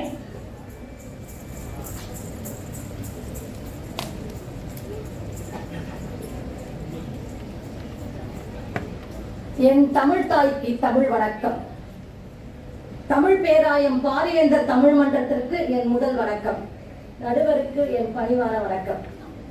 நடுவர் அவர்களே அருமையான தலைப்பை கொடுத்திருக்கீங்க. பெண்களின் முன்னேற்றத்திற்கு பெரும் தடையாக இருப்பவர்கள், அதுதான் கேள்வி. நடுவர் அவர்களே எதிர்க்க இருக்கவங்க ஒரு சின்ன குழந்தைய கூப்பிட்டு கேட்டா கூட அந்த குழந்தை அழகா சொல்லிடும், ஆண்கள் தான் தடைங்க. அவங்க கிட்ட கூட கேட்காம இவங்க 4 பேரும் இங்க பேச வந்திருக்காங்க. ஒருவேளை வீட்டுக்கு போனா அவங்க வீட்டுல இருக்க ஆண்கள் ஏய் இப்படி பேசிட்ட அப்படின்னு திட்டுவாங்களோ என்னமோ, இதுக்கெல்லாம் அனுமதி இல்லையோ என்னமோ, அதனாலதான் இப்படி பேசியிருக்காங்க. பேசிட்டு வீட்டுக்கு தானே போனோம். எதிரணியில இருக்க பேசின அந்த நவனம் பூஜா அவர்களும் ரொம்ப அருமையா பேசினாங்க. காஃபி போட்டு தருவாங்களாம், அப்புறம் தலைவலி தைலம்லாம் தருவாங்க. ஆண்கள் இல்லை என்றால் எங்களுக்கு தலைவலி தைலமே வேண்டாமையா, தலைவலியே கிடையாது. அது உண்மைதானே, காஃபியும் வேண்டாம் தலைவலியும் கிடையாது. அப்புறம் பூஜா அருமையா பேசுனீங்க. அம்மா பூஜா அம்மா சூரிய வம்சம் கருத்தம்மா சாரி ஜெய்ஸ்ரீ அவர்கள் அருமையா பேசினாங்க. சூரிய வம்சம், பிகு, கருத்தம்மா இப்படி எல்லா படத்தையும் பார்த்துட்டு பாட்டி கிட்ட பேசிட்டு இங்க வந்து பேசுறாங்க போல இருக்கு. உண்மையா அங்க இருந்தாதான் கலை நிலவரமே தெரியாம இங்க வந்து பேசிக்கிட்டு இருக்காங்க. என்னடா சொல்லலன்னு பார்த்துட்டே இருந்தேன். கல்விப்பால் கொடுப்பாங்களாம், பெண்களை கல்வி வைப்பாங்களாம், கல்வியை தடை செய்வாங்களாம். இதற்கெல்லாம் பெண்கள் தான் காரணமா? என்ன என்ன கம்பி கட்டுற கதையும் குச்சி கட்டுற கதையும் இங்க வந்து பேசிக்கிட்டு இருக்காங்க. அம்மா அதுக்கான நடுவர் அவர்களை இந்த இடத்துல நம்ம தெரிஞ்சுக்க வேண்டிய ஒரு விஷயம் என்னன்னா, இதற்கு காரணங்கள் யார்? இந்த மாதிரி செய்வதற்கு நாம தள்ளப்பட்டோமே, அதற்கு காரணம் யார்? ஆண்கள் தான் நடுவர் அவர்களே, ஆண்கள் தான். ஒரு பேச்சுக்கு இப்படி வச்சுப்போம், அவங்களால ஆண்களால எந்த தொல்லையும் கிடையாது, எந்த துன்பமும் கிடையாது, அதனால நம்ம வந்து நல்லா இருக்கும் அப்படின்னு நினைச்சுக்கோம். ஆனா எத்தனை துறைகளில் எத்தனை பெண்கள் எத்தனை உயர் பதவியில் இருக்கிறார்கள் என்று கணக்கு சொல்ல முடியுமா? எதோ நீ பத்தி கேட்கிற ஒரு 20 பேர் சொல்லுங்க. வேணாம் 15 இல்ல 10 இல்லை நடுவர்களே, 1ஓ 2ஓ வைத்து கொண்டு அந்த அம்மா மாதிரி ஆகணும், இந்த பீதி மாதிரி ஆகணும், அந்த தீதி மாதிரி ஆகணும் தான் பேசிட்டு இருக்கோம். இது எல்லாம் பதில சொல்லுங்கம்மா. இது எல்லாத்துக்கும் காரணம் ஆண் தான் நடுவர் அவர்களே. அவர்கள் எங்களை நம்ம தடை செய்யறாங்க, ஒரு அடியுமே நம்மள தடை செஞ்சுட்டு இருக்காங்க. இப்ப இது எல்லார் வீட்லயும் நடக்கிற ஒரு விஷயம் தான். இப்போ ஒரு சண்டே அன்னைக்கு நான் ஒரு மீட்டிங் போறேன் அப்படின்னு நம்ம வீட்டுல சொல்லிட்டோம்னு வச்சுக்கோங்க. சண்டே பெண்கள் மீட்டிங்கு போறோம்னு சொன்னா இத 1 வாரத்துக்கு முன்னாடியே அவங்க கிட்ட சொல்லிடுவோம். பர்மிஷன் வாங்கணும் இல்லையா? பர்மிஷன் வாங்கினாதான் நமக்கு அட்மிஷனே கிடைக்கும். சரி, பர்மிஷன் கிடைச்சிருச்சு.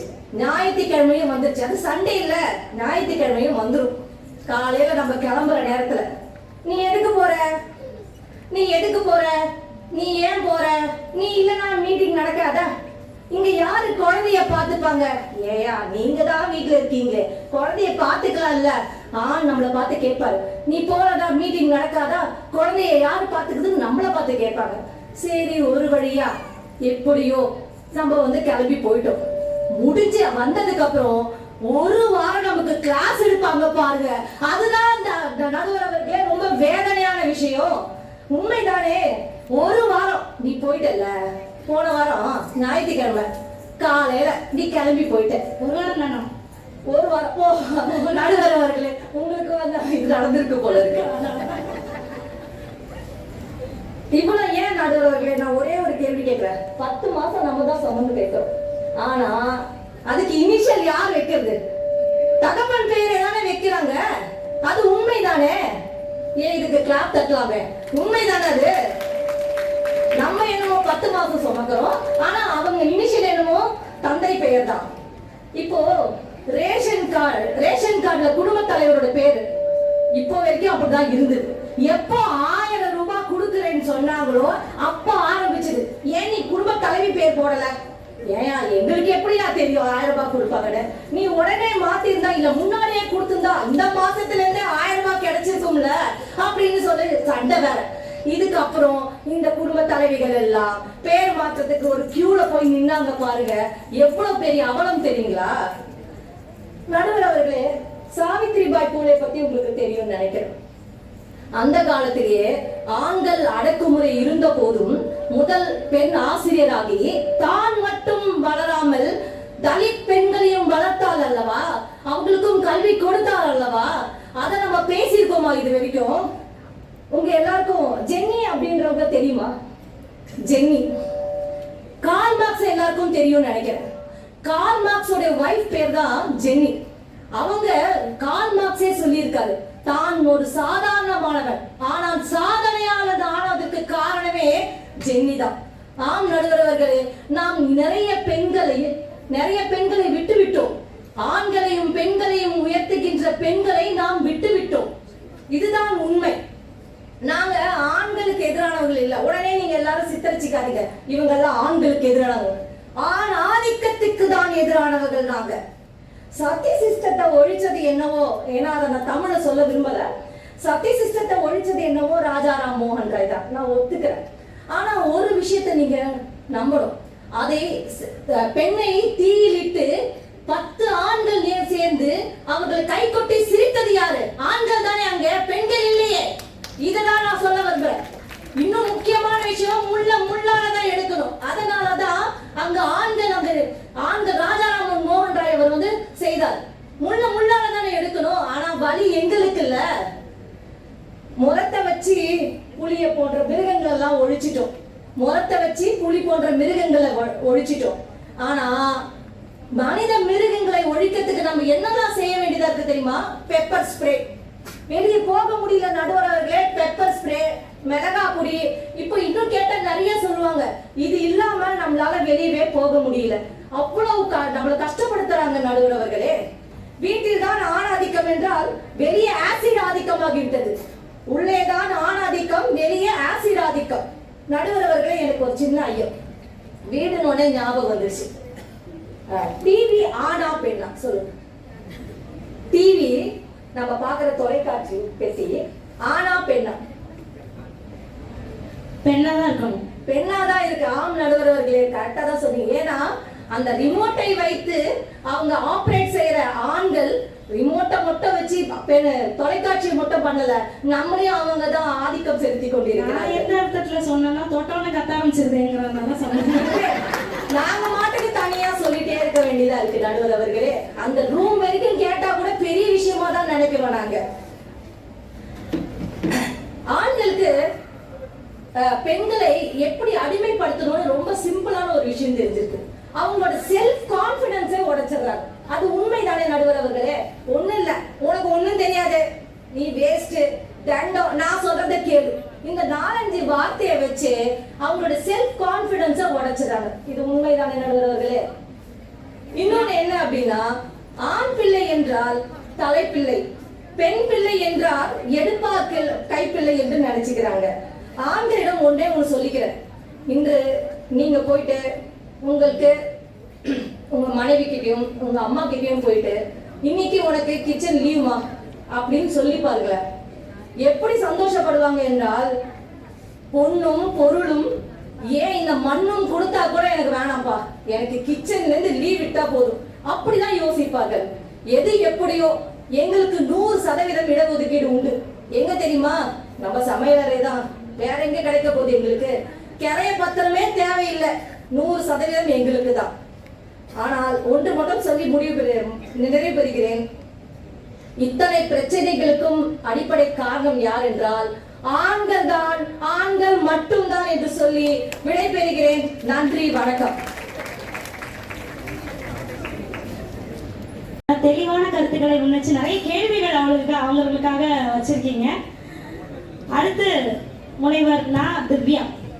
முதுகலையில் தங்கம் வென்ற தாரிகை. படிப்பில் மட்டுமா? படிப்பில் மட்டுமா? என் தாயையும் தாய் திருநாட்டையும் தாய் மொழியையும் அவையில் அமர்ந்திருக்க அனைவருக்கும் வணக்கத்தை கூறி நான் பேச ஆரம்பிக்கிறேன். நடுவர் அவர்களே, நமது தவறு நாம தான் கண்டுபிடிக்கணும். அடுத்தவங்க கண்டுபிடிச்சா எப்படி? நம்ம கிட்ட நம்ம என்ன குறை இருக்கு நாம தான் நடுவர் அவர்களே கண்டுபிடிக்கணும். நம்ம முதுகு நமக்கு பின்னாடி பார்க்க தெரிஞ்சாதான் நம்ம அடுத்தவங்க முதுகவே பார்க்க சொல்லணும் நடுவர்களே. அதனாலதான் நான் தேர்ந்தெடுத்திருக்க தலைப்போ பெண்களின் முன்னேற்றத்திற்கு பெரிதும் தடையாக இருப்பது பெண்களே பெண்களே என்ற தலைப்பின் கீழே நான் பேச வந்திருக்கிறேன். ஏற்கனவே மேடம் சொன்னாங்க, ஒரு சின்ன குழந்தைய கேட்டாலும் ஆண் தான் சொல்லணும். அந்த ஆண் தான் சொல்லணும்னு சொல்லி கொடுக்கறது யாரு? ஒரு பெண் தானே மேடம்?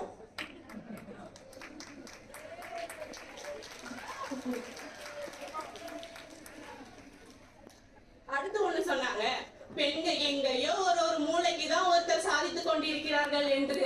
அது மிகவும் மிக மிக மிக மிக உருட்டுதான். எப்படின்னு சொல்றீங்களா? உனக்கு எடுத்துக்காட்டாதவர் எந்த கல்லூரியும் சொல்ல வேணாம். என் கல்லூரியை சொல்றேன். எங்க கல்லூரியில 36 ஃபேக்கல்டி இருக்கும். 36 ஃபேக்கல்டில 35 ஃபேக்கல்டியும் லேடிஸ் தான் என்பது இதுல தெரியலையா? ஆண்கள் எவ்வளவு சப்போர்ட் பண்ணி அவங்கள வந்து வேலைக்கு அனுப்புறாங்க. எந்த ஆணோட துணையும் இல்லாம அந்த 35 ஃபேக்கல்டியும் வேலைக்கு வர முடியாது என்பதை உங்களுக்கு உணர்வுபூர்வமாக சொல்ல விரும்புகிறேன். நடுவர் அவர்களே, நடுவர் அவர்களே, உங்ககிட்ட ஒண்ணு சொல்றேன். நீங்க சேஃபா வீட்டுக்கு போகணுமா வேணாமா? பயமுறுத்துற மாதிரி இருக்கு.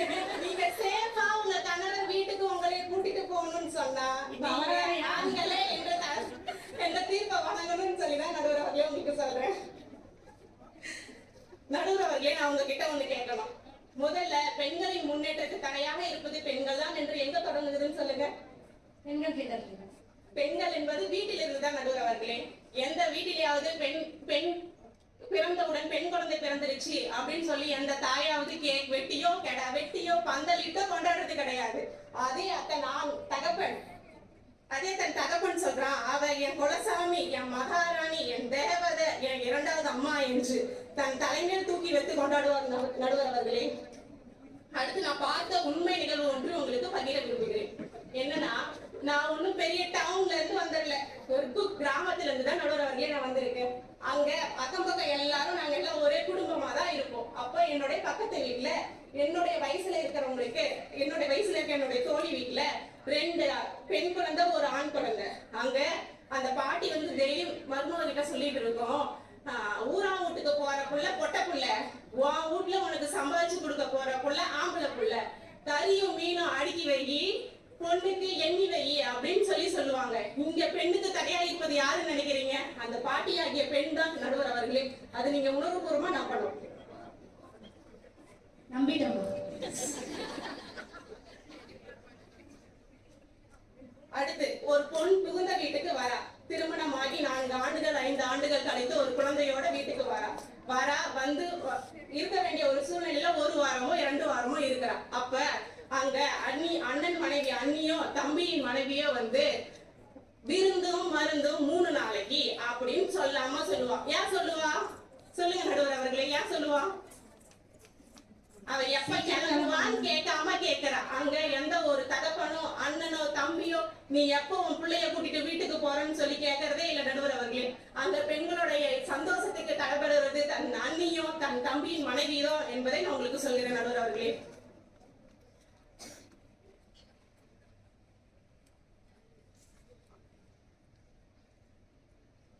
அடுத்ததாக, எந்த ஒரு பெண்ணும் தான் தாய்மை அடைந்ததை பற்றி பெருமையாக பாடியதும் இல்லை, பேசியதும் இல்லை. அதற்கு உதாரணமாக நம் கவிஞன் ஒருவன் பாடுகிறான், வேர் இல்லாத மரம் போல் என்னை நீ பூமியில் நட்டாயேன், ஊர்கண் எந்த மேலே பட்டால் உயிர் நோக துடித்தாயே, உலகத்தின் பந்தங்கள் எல்லாம் நீ சொல்லி தந்தாயே, பிறப்புக்கும் இறப்புக்கும் இடையில் வழி நடத்தி சென்றாயே, உனக்கே ஓர் தொட்டி கட்டி நானே தாயாய் மாறிட வேண்டும் அரறிறாரோ. எந்த ஒரு பெண்ணையும் பெண்ணை பற்றி பேசியதும் கிடையாது, பாடியதும் கிடையாது. இப்படி ஒரு பெருமையை பற்றி பேசணும்னா அது ஒரு ஆண் மகனாக மட்டும்தான் இருக்க முடியும் நடுவர் அவர்களே. மங்கையராய் பிறப்பதற்கே நல்ல மாதவம் செய்திட வேண்டும் அம்மா. மாதவம் என்றால் என்ன பொருள் நடுவர் அவர்களே? பெரிய தவம் செய்ய வேண்டும் என்று ஒரு ஆண் தான் வேண்டுகிறானே தவிர எந்த பெண்ணும் இங்கு வேண்டுவதும் இல்லை, கேட்பதும் இல்லை ஒரு பெண்ணாய் பிறப்பதற்கு. பெண்மை வாழ் என்று கூத்திடுவோமாடா, பெண்மை வெல்கின்று கூத்திடுவோமாடா என்று பெண்மையை வளர்க்க வேண்டும் என்று போற்றி பாடியவன் ஒரு ஆண் மகன் தான் என்பது நீங்க உணர வேண்டும் நடுவர் அவர்களே. நடுவர் அவர்களே, உங்ககிட்ட ஒண்ணு கேட்கணும். நீங்க எத்தனை டிகிரி படிச்சிருக்கீங்க? Sorry to ask, but I want to ask. 3. எப்போ படிச்சீங்க? எப்போ படிச்சீங்கன்னா திருமணத்திற்கு முன்பா பின்பா? திருமணத்திற்கு முன்பு 1, திருமணம் 2. அப்போ இதுல யாரும் உங்களுக்கு சப்போர்ட் பண்ணி படிக்க வச்சு? பின்புதான் நீங்க 2 டிகிரி படிச்சிருக்கீங்க. என்ன இருந்தாலும் பேஸ் எங்க வீடு தானம்மா. இருந்தாலும் எந்த மாமியாராவது உங்களைய நான் பாத்திரம் விளக்குறேன், நான் வீடு கூட்டுறேன், நான் பிள்ளைங்களை பாத்துக்கிறேன், நீ போய் படிச்சுட்டு வாம்மா, பட்டம் பெற்றுவாம்மா. முன்னாடியே எந்த மாமியாரும் போய் பட்டம் பெற்றுவாமான்னு சொன்னது கிடையாது. ஆம்பளை அல்லு பகலு உழைச்சி களைச்சு போய் வந்திருக்கான். அவனுக்கு காலமுக்கு கையமுக்கு குளிக்கும் போது முதுகு தேய்த்துதான் முதுகு தேய் என்றுதான் மாமியார் சொல்லுவார். ஆனா அந்த அடிமைத்தனத்தை தகர்த்தெறிவே என் கவிஞன் ஒருவன் பாடியுள்ளான். பாய் விரிக்கும் பாவை என்ன காதல் புதுமைகளா, தினம் ஏவல் செய்ய ஆடவருக்கு காதல் அடிமைகளா, பொன் நல்லி வைத்தால் தானே பூமாலை தோளில் ஏறும், இல்லாத ஏழைக்கெல்லாம் பொல்லாத தனிமை கோலம் என்று, பெண் ஒன்றும் அடிமை இல்லை என்று பெண்ணின் அடிமையை உடைத்தெறிய ஒரு ஆண்மகன் தான் பாடியுள்ளான் நடுவர் அவர்களே. நடுவர் அவர்களே, அடுத்து இன்னொன்னு உங்ககிட்ட ஒண்ணு கேட்கணும். நீங்க கேக்குறதுக்கே வந்திருக்கீங்க, நீங்க பதில் சொல்லவே வந்திருக்கீங்க நடுவர் அவர்களே. கேளுங்க. உங்களுக்கு எத்தனை பெண் தோழிகள் உள்ளன? எப்போல இருந்து இருக்காங்க அவங்க? பள்ளி பருவத்தில் இருந்தா? பள்ளி பருவம். அது சிறிய 3 வயதில் இருந்தா? 2 வயதில் இருந்து. எத்தனை உள்ளன? 3. ஆண் நண்பர்கள் எத்தனை உள்ளன? ஈவன் நீங்க வில்லேஜ் கிராமத்துல இருந்து வந்தீங்கன்னா கண்டிப்பா சொல்லணும், நகரத்துல இருந்து வந்தீங்கன்னா அதுக்கு நான் பொறுப்பில்ல. அது வந்து உங்களுக்கு கணவர். சரி நடுவர்களே, அதுலயும் ஆண் வந்து கணவர் தான் சொல்றீங்க பாத்தீங்களா? சரி நடுவர் அவர்களே, நான் உங்ககிட்ட ஒண்ணு சொல்ல விரும்புறேன்.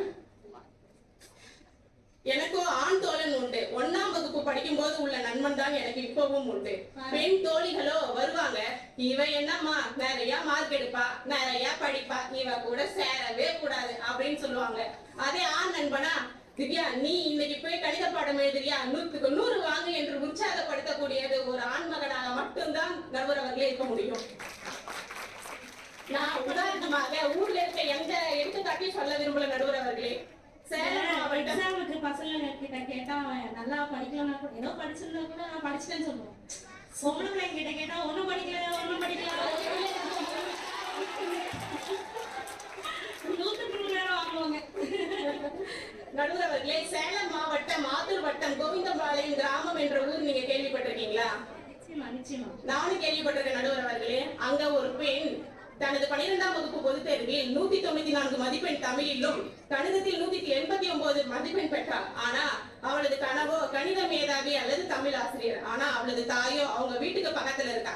சிங்கப்பூர்ல 4 லட்சம் சம்பாதிக்குதான். அந்த 4 லட்சம் நீ அந்த படிப்பு படிச்சாதான் நீ சம்பாதிக்க முடியும்னு சொல்லி அந்த விருப்பமே இல்லாம சம்பந்தமே இல்லாத ஒரு படிப்புல சேர்த்து விட்டுருவாங்க.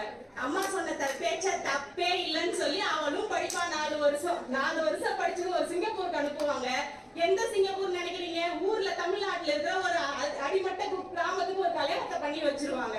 அப்போ அவளுடைய கனவு அங்க தடைப்படுது. அதுக்கு தடைப்படுவதற்கு தடைப்படுவதற்கு முன்னோடியாக அவள் தாய் மட்டுமே தான் இருக்கிறார். அந்த தடையை உடை தெரியவே அவளது கணவர் அங்க வருகிறார். உன்னுடைய கனவு என்ன என்று ஆராய்ந்து அவள் கனவு அதுக்கு அப்புறமாக நீ ஆசைப்பட்ட அந்த ஆசிரியர் பதவியை உனக்கு கண்டிப்பா நான் வாங்கி தருவேன்னு சொல்லி அடுத்த டிகிரி அவளை படிக்க வைக்கிறா. அடுத்த டிகிரி படிக்க வச்சு அதுலயும் சாதனையாளரா அவர் புரிய வைக்கிறாரு. அதற்கப்புறமும் அதுக்கு மேதாவியாக ஆவதற்கும் நான் ஒரு முதுகெலும்பாக உன்னை ஊக்கப்படுத்தி கொண்டிருக்கிறேன் என்று சொன்னா அது யாரும் இல்ல நடுவர் அவர்களே, அந்த கணவராகிய என் கணவர் என்பதை நான் முக்கியமாக சொல்ல. பெண்ணே பெண்ணிற்கு எது என்பதை போக்கி தடை அதை உடை புது சரித்திரம் படை என்று ஒவ்வொரு பெண்ணும் ஏற்படுத்தும் தடையை உடைத்தெறிந்தால் தான் நல்ல சமூகத்தை உருவாக்க முடியும், புதிய சரித்திரம் படைக்க முடியும் என்று கூறி வாய்ப்பளித்தமைக்கு நன்றி கூறி விடைபெறுகிறேன். முனைவர் சாந்தி அம்மையார் அவர்களே கேட்டுக்கோங்க. நிறைய கேள்வி கேட்டாங்க. இப்ப உங்களோட டாஸ்க். முனைவர் சு சரஸ்வதி அம்மையார் அவர்கள் சொல்லாடல்களின் ராணி, கவிதைகளின் காரிகை, சிறந்த கவிஞர். இந்த சரஸ்வதி அம்மையார் வாசிக்க போகும் சொல்வீணையின் ஸ்வரங்களில் காணாமல் போக காத்திருக்கிறோம். அம்மையார் அவர்களே தொடங்குங்கள், உங்கள் கேள்வி கடைகளை தொடுங்கள். பிறந்த சிறந்த மொழிகளிலே சிறந்த பிறந்த என் தாய்மொழியாம் தமிழ் மொழியை வணங்கி அவையில் இருக்கக்கூடிய நடுவர் அவர்களுக்கும் எதிரணியில் இருக்கக்கூடிய பெண்கள் என்ற தலைப்புல பேச வந்து ஆண்கள் தான் என்பது அவங்களுக்கு தெரியும். ஒரு மேடை பேச்சுக்காக பெண்கள் அப்படின்னு பேச வந்திருக்கிறாங்க. சரி, ஏற்றுக்கொள்வோம். அவர்களுக்கும் என் அணியை சார்ந்திருக்கக்கூடியவர்களுக்கும் மற்றும் இங்கே அமர்ந்திருக்கக்கூடிய பேராசிரியர் பெருமக்களுக்கும் மாணவ மாணவிகளுக்கும் முதல் என் வணக்கத்தை தெரிவித்துக் கொள்கிறேன். இன்றைய தலைப்பு பெண்கள் முன்னேற்றத்திற்கு பெரிதும் தடையாக இருப்பது ஆண்களா பெண்களா? இங்க ஏன் அந்த அழைப்புகளில கொடுக்கும் போதே ஏன் பெண்களா ஆண்களா என்பதை கொடுக்கவில்லை? இது மரபு தொடராகவே இது வந்துடுது, மரபாகவே வந்திருக்குது. அப்ப ஆண்கள் என்பதுதான் முதலாவது கொடுக்குறாங்க. அந்த மரபையே இத்தனை ஆண்டுகள் கழித்தும் நம்மளால இன்னும் உடைத்தெறிய முடியவில்லை என்று நினைக்கும் பொழுது வேதனையாக தான் இருக்கின்றது. அடுத்து உறவு பெயர்கள்ல பார்த்தோம் அப்படின்னா நம்ம சொல்றோம் அப்படின்னா தாத்தா பாட்டி, அப்பா அம்மா, சித்தப்பா சித்தி. இப்ப இங்க சொல்லும் போது கூட சகோதர சகோதரிகள், மாணவ மாணவிகள், கணவன் மனைவி, அப்படிதான் முதல் இடத்தை ஆணுக்கு கொடுத்தும் அடுத்த இடத்தை பெண்ணுக்கும் கொடுத்துதான் இருக்கிறாங்களே தவிர அதற்கு அடுத்து வரக்கூடியதை இப்படி மாற்றி சொல்லி பார்க்கலாம், அந்த மரபை உடைத்து பார்க்கலாம் என்ற எண்ணம் இன்னும் வரவில்லை என்பது கொஞ்சம் வேதனைக்குரியதாக இருக்கின்றது. எல்லாரும் சொன்னாங்க கள்ளிப்பால் எடுத்து கொடுக்கறாங்க அப்படின்னு. பிறந்த குழந்தையை அன்போடு ஆசையோடு அள்ளி எடுத்து தாய்ப்பால் புகட்டும் பொழுது நீ அள்ளி எடுத்து தாய்ப்பால் புகட்ட வேண்டாம், அள்ளி எடுத்து கள்ளிப்பாலை புகட்டு என்று சொன்னது இந்த ஆண் சமூகம். கருத்தம்மா என்ற படத்துல நீங்க பாப்பீங்க, கொடுத்தது ஒரு கிழவிதானே, கொடுத்தது ஒரு கிழவிதானே. அந்த கிழவியை கொடுக்க சொல்லி தூண்டினது யாரு அப்படின்னா நீங்க அங்க பார்க்கணும். அங்க வந்திருக்கக்கூடிய, ஏன்னா ஏற்கனவே அவங்களுக்கு 2 பெண் பிள்ளைகள், 3ஆவதாக பெண் பிள்ளை பிறந்திருக்கும் போது அந்த பொன் குழந்தை முகத்தை கூட அவர் பார்க்க வரமாட்டார். பெரியார் தாசன் அவர்கள் நடிச்சிருப்பாங்க, பெண் குழந்தை பார்க்க வர மாட்டாங்க. அந்த பாட்டி சொல்லுவாங்க, வந்து கடைசி அந்த குழந்தைய முகத்தையாவது பார்த்துட்டு போப்பான்னு. ஏற்கனவே பார்த்துதான் 2 சனியை வீட்டுல உட்காந்து இருக்குது, 3ஆவது வேணாம், நீ கள்ளிப்பாலை கொடுத்துடு அப்படின்னு சொல்லுவார். அப்போ அந்த பாட்டியை தூண்டி விட்டதும் யார் அப்படின்னு பாத்தீங்க அப்படின்னாக்கா ஆண் சமூகம், ஆண்கள் தான் அப்படிதான் சொல்ல முடியும். ஏன்னா அவர்களையும் நம்ம குறை சொல்ல முடியாது. அங்க இருக்கக்கூடிய காலத்தினுடைய சூழ்நிலை, பொருளாதார சிக்கல், அதனால அந்த மாதிரியான ஒரு முடிவை எடுக்க வேண்டிய சூழ்நிலையில இருந்திருக்கிறாங்க. சரி, இதையும் மீறி பெண்ணாக பிறந்துட்டோம், சரி இதையும் மீறி படிக்க வரலாம் அப்படின்னு சொல்லிட்டு படிக்க வரோம், வேலைக்கு போக வரோம். பாரதியார் சொல்றாரு, நேர்கொண்ட நிமிர்ந்த நடை நேர்கொண்ட பார்வை அப்படின்னு. சரி, நம்மளும் நல்ல தைரியமா நேர்கொண்ட பார்வையோடு போலாம், நிமிர்ந்த நன்னடையோடு போலாம், நிமிர்ந்து நல்ல நேர்கொண்ட பார்வை நடந்துட்டு போனா அங்க ஒரு 2 பேர் உட்காந்துட்டு மச்சான் பார்த்து அந்த பொண்ணு போகும்போது வரும்போது என்னையே பார்த்துட்டு போகுது. நம்ம நேர்கொண்ட பார்வையோட தைரியமா தான் போறோம். ஆனா அதுக்கு கமெண்ட் வர்றது எப்படி? இதுக்கு என்னடா பண்ணுது, இதுக்கு நம்ம என்ன பண்ணலாம், நாங்களும் ஒடக்கமா பொறுமையா இருக்கலாம் தான் நினைக்கிறோம், ஆனா இருக்க விடுறது இல்லை அப்படின்னா. அதுக்கு அடுத்து வேலைக்கு போறோம், படிச்சாச்சு வேலைக்கு போறோம், பொருளாதார ஓரளவுக்கு சம்பாதிச்சுட்டு இருக்கிறோம் அப்படின்னு நினைக்கும் போது வீட்டுல இருக்கக்கூடிய அப்பாவோ இல்ல அண்ணனுக்கோ ஏதோ ஒரு சொல்றாங்க, நம்ம அதுக்கு ஒரு எதிர்கருத்தை நம்ம மட்டும் பதிவு பண்ணிட்டோம்னு வச்சுக்கீங்களேன், அங்க நம்ம அதோட ஒழிஞ்சோம். படிச்ச திமுரு, சம்பாதிக்கிற திமுரு, வேலைக்கு போற திமுரு, அதுக்கு ஈவான்ற திமுரு, இதுக்கு ரொம்ப திமுர் பிடிச்சிச்சு. அந்த வார்த்தைகள் கண்டிப்பா எல்லாருமே நம்ம வீட்டுல கேள்விப்பட்டிருப்போம். இப்ப நான் சொல்றேன், பெண்களுக்கெல்லாம் திமிர், பெண்கள் எல்லாம் திமிர் பிடித்தவர்கள் அல்ல, திமிருக்கே பெண்களை பிடிச்சிருக்கிறதுனாலதான் நீங்க அப்படி சொல்லிட்டு இருக்கிறீங்க அப்படின்னு சொல்லலாம். சரி, படிச்சு முடிச்சாச்சு, அதுக்கடுத்து திருமணம் என்ற வீட்டுல வரும்போது அந்த பொறுப்பு யாருக்கு மேலாக வருகின்றது? திருமணம் நடந்து முடிஞ்சிச்சு, ஒரு ஆண்டுகள் 1.5 ஆண்டுகள் அடுத்து ஒரு குழந்தை பிறந்துச்சு. அந்த குழந்தையை வளர்க்கும் பொழுது வேலைக்கு 2 பேருமே வேலைக்கு போகக்கூடிய சூழ்நிலையில இருந்தால் முதலில் அந்த குழந்தையை கவனித்துக் கொள்ளக்கூடிய பொறுப்பு அங்க யாருக்கு வருகின்றது? கண்டிப்பாக ஒரு ஆண் வந்து நான் என் வேலையை விட்டுட்டு நான் வீட்டுல இருந்து குழந்தைய பாத்துக்கிறோமா, நீ வேலைக்கு போயிட்டு வாமா அப்படின்னு சொல்லி கேட்டதே இல்லை. ஏன்னா நம்ம சமூகம் என்ன பண்ணிருக்கனாக்கா, உத்தியோகம் என்பது புருஷ லட்சணம் அப்படின்னு வந்து ஒரு சொல்லி வச்சிருக்குது. அதனால பெண்ணை என்ன பண்ணணும், வேலையை விட்டுட்டு நம்ம வந்து வீட்டை பார்த்துக்கணும், குடும்பத்தை பார்த்துக்கணும் அப்படின்ற நிலைமையில நம்ம இருக்கோம். அதுக்கடுத்தது சரி, நம்ம காசு வேணும், நமக்கு பணம் வேணும். ஒரு கணவன் கிட்ட போயிட்டு எனக்கு ஒரு 1000 ரூபாய் காசு வேணுங்க, இந்த செலவு இருக்குது அப்படின்னு நீங்க மட்டும் கேட்டு பாருங்களேன், கொடுத்துருவாங்க. ஏதோ 10 வார்த்தைகள் திட்டி கூட கொடுத்துருவாங்க. ஆனா கொடுத்த 1000 ரூபாய் கொடுக்குறாங்களா, 100 ரூபாய் கொடுக்குறாங்களா அப்படின்னாக்கா அதற்கு மேல அவங்க கேட்கக்கூடிய கேள்விகளுக்கு நம்ம பதில் சொல்ல வேண்டியது இருக்குது பாருங்க, அது ரொம்ப கஷ்டமா இருக்கும். இப்ப நீங்க கேட்கலாம், வேணா நீங்களும் படிச்சுட்டு இவ்வளவு வந்து பேசுறீங்க எப்படி அப்படின்னு. இது நான் இந்த இடத்துல ஒரு உண்மையை சொல்லி நானும் படிச்சுட்டு இங்க வந்து நின்றுட்டு பேசிட்டு இருக்கிறேன், சம்பாதிக்கிறேன், என்னுடைய சொந்த காலில் நிக்கிறேன், என்னுடைய மகளை படிக்க வச்சிருக்கேன், இன்னைக்கு ஐடி கம்பெனில வேலை பார்க்குறாங்க, அவங்களும் சொந்த காலில் நிக்கிறாங்க. ஆனா நாங்க சொந்த காலில் நிக்கணும்னால எங்களுடைய ஏடிஎம் கார்டு என்பது என்னுடைய கணவருடைய கையில தான் இருக்கின்றது. அந்த ரிமோட் என்றதை அவர் அழுத்தினாதான் நாங்க அடுத்த அடி எடுத்து வைக்கக்கூடிய சூழ்நிலையில தான் நாங்க இருக்கிறோம். நீ காலையில தான் அவர்கிட்ட இருந்து எடுத்தேன். இது சொல்லிட்டு நான் திரும்ப வீட்டுக்கு போனோம் இல்லையா, அனுமதி வாங்காம வந்து பேச முடியாது. பெண்களுக்கு பேச்சுரிமை இருக்குது, எழுத்துரிமை இருக்குது, அதெல்லாம் பேசுறாங்க. நான் மறுபடியும் எங்க வீட்டுக்கு போய் ஆனால் தான் நான் முன்கூட்டியே அவர்கிட்ட நான் இதெல்லாம் பேச போறேங்க அப்படின்னு சொல்லிட்டு அவர்கிட்ட அனுமதி வாங்கிட்டு வந்துட்டு தான் நான் இங்க வந்து பேசிட்டு இருக்கிறேன். அதுக்கடுத்து பாத்தீங்கன்னாக்கா, சரி நாங்க படிக்க போனாலும் படிக்க விடுறது இல்லை, வேலைக்கு போனாலும் நிம்மதியா வேலை பார்க்க விடுறது கிடையாது. நடுவில் இடையில நிறைய பிரச்சனைகள். சரி படிக்க விட்டீங்களா, நாங்க படிச்சுட்டு ஒரு ஐடி கம்பெனில வேலைக்கு போறோம். படிக்கலையா, சரி ஒரு ஐடி கம்பெனியாவது வேலைக்கு போயிட்டு, இந்த இடத்துல கண்டிப்பா கை தட்டி ஆகணும்னு நினைக்கிறேன். எல்லாரும் தூங்குறீங்களான்னு தெரியல. குடும்பத்தை எப்படியாவது காப்பாத்திடலாம் அப்படின்ற நினைப்புல இருக்கும் பொழுது ஒரு பையன் பொறுப்பு இல்லாதவனாக இருப்பான், ஊர் சுட்டு விடாம இருப்பான், வேலைக்கு போகாம இருப்பான். இவனுக்கு ஒரு கல்யாணத்தை பண்ணா சரியாயிடும், கால் கட்டு போட்டா சரியாயிடும் சொல்லி அவனை கூட்டிட்டு எங்க தலையில கட்டி நாங்க கொஞ்சம் முயற்சி பண்ணி ஐடி கம்பெனில இருக்கோம் இல்ல ஐடி கம்பெனில இருக்கோம் வேலைக்கு போகலான்னு நினைச்சிட்டு இருக்கும்போது இப்படி ஒரு பெரும் தடையாக எங்க கிட்ட வந்து அனுப்பி 25 ஆண்டுகளாக பெற்று வளர்த்திருக்கக்கூடிய அந்த பையனை திருத்த முடியாத உங்களெல்லாம் ஒரு திருமணமான பிறகு ஒரு பெண்ணால திருத்த முடியும்னு ஒரு நம்பிக்கை வைத்து எங்க தலையில கட்டி விட்டுருங்க. அடுத்த அடி கூட எங்களால எடுத்து வைக்க முடியாத அளவுக்கு இருக்கின்றது. இப்போ ஒண்ணுல ஒரு நட்பு ரீதியாக நம்ம பேசலாம் அப்படின்னா, ஒரு நண்பர் அலுவலகத்துல வேலை செய்யக்கூடிய ஒரு பெண் நண்பரா வீட்டுக்கு அழைச்சிட்டு வராருன்னு வச்சுக்கோங்க. வீட்டுக்கு அழைச்சிட்டு வராரு, வீட்டுல வந்து மனைவி கிட்ட அறிமுகப்படுத்துறாரு. இங்க பாரு, இதுதான் என் கூட வேலை பார்க்குறவங்க, இவங்க என்னோட கேர்ள் ஃப்ரெண்டு, இவங்க வந்து என்னோட கொலிக்ஸ் அப்படின்னு சொல்லிட்டு கையை தட்டி பேசுறது, தொட்டு பேசுறது, வாடி போடி பேசுறது. நீ போயிட்டு ஒரு காஃபி போட்டுட்டு வா, ஒரு சூடா ஏதாவது ஸ்நாக்ஸ் எடுத்துட்டு வாங்க சொல்லிட்டாங்கன்னு வச்சுக்க, அந்த பெண்ணை செஞ்சுட்டு அவங்க மனைவி வேற வழி இல்லை, செஞ்சேதான் ஆகணும், வேற வழி கிடையாது. இது அப்படியே கொஞ்சம் அப்படி மாத்தி போட்டு பாருங்களேன். ஒரு பொண்ணு ஆபீஸ்ல இருந்து தன்னுடைய ஆண் நண்பனை வீட்டுக்கு இட்டுட்டு வரா, வீட்டுக்கு வந்து அதே மாதிரி உட்கார வைக்கிறா, கணவர்கிட்ட அறிமுகப்படுத்துறா, எங்க என்னுடைய பாய் ஃப்ரெண்டு, என்னுடைய கொலீக்ஸ், வாடா போடான்னு பேசுறது, தொட்டு பேசுறது. இந்த மாதிரி ஒரு சூழ்நிலை நினைச்சு பாருங்க. அந்த மாதிரி நடக்க முடியுமா, நடக்கிறதுக்கு வாய்ப்பு இருக்கா அப்படின்றத கொஞ்சம் நினைச்சு பாருங்க. அது கண்டிப்பா கொஞ்சம் கடினமானதாக தான் இருக்கும். அதை ஆண்களால அவ்வளவு சீக்கிரமாக ஏற்றுக்கொள்ள முடியாது. அதுக்கு சரி இந்த திருமண வாழ்க்கை வேணாண்டா, இந்த மனுஷன் மாட்டி நம்மளால வாழ்க்கை நடத்த முடியல, நம்ம டைவர்ஸ் வாங்கிட்டு போயிடலாம் அப்படின்னு தனியா வந்துட்டீங்கன்னு வச்சுக்கீங்களேன்.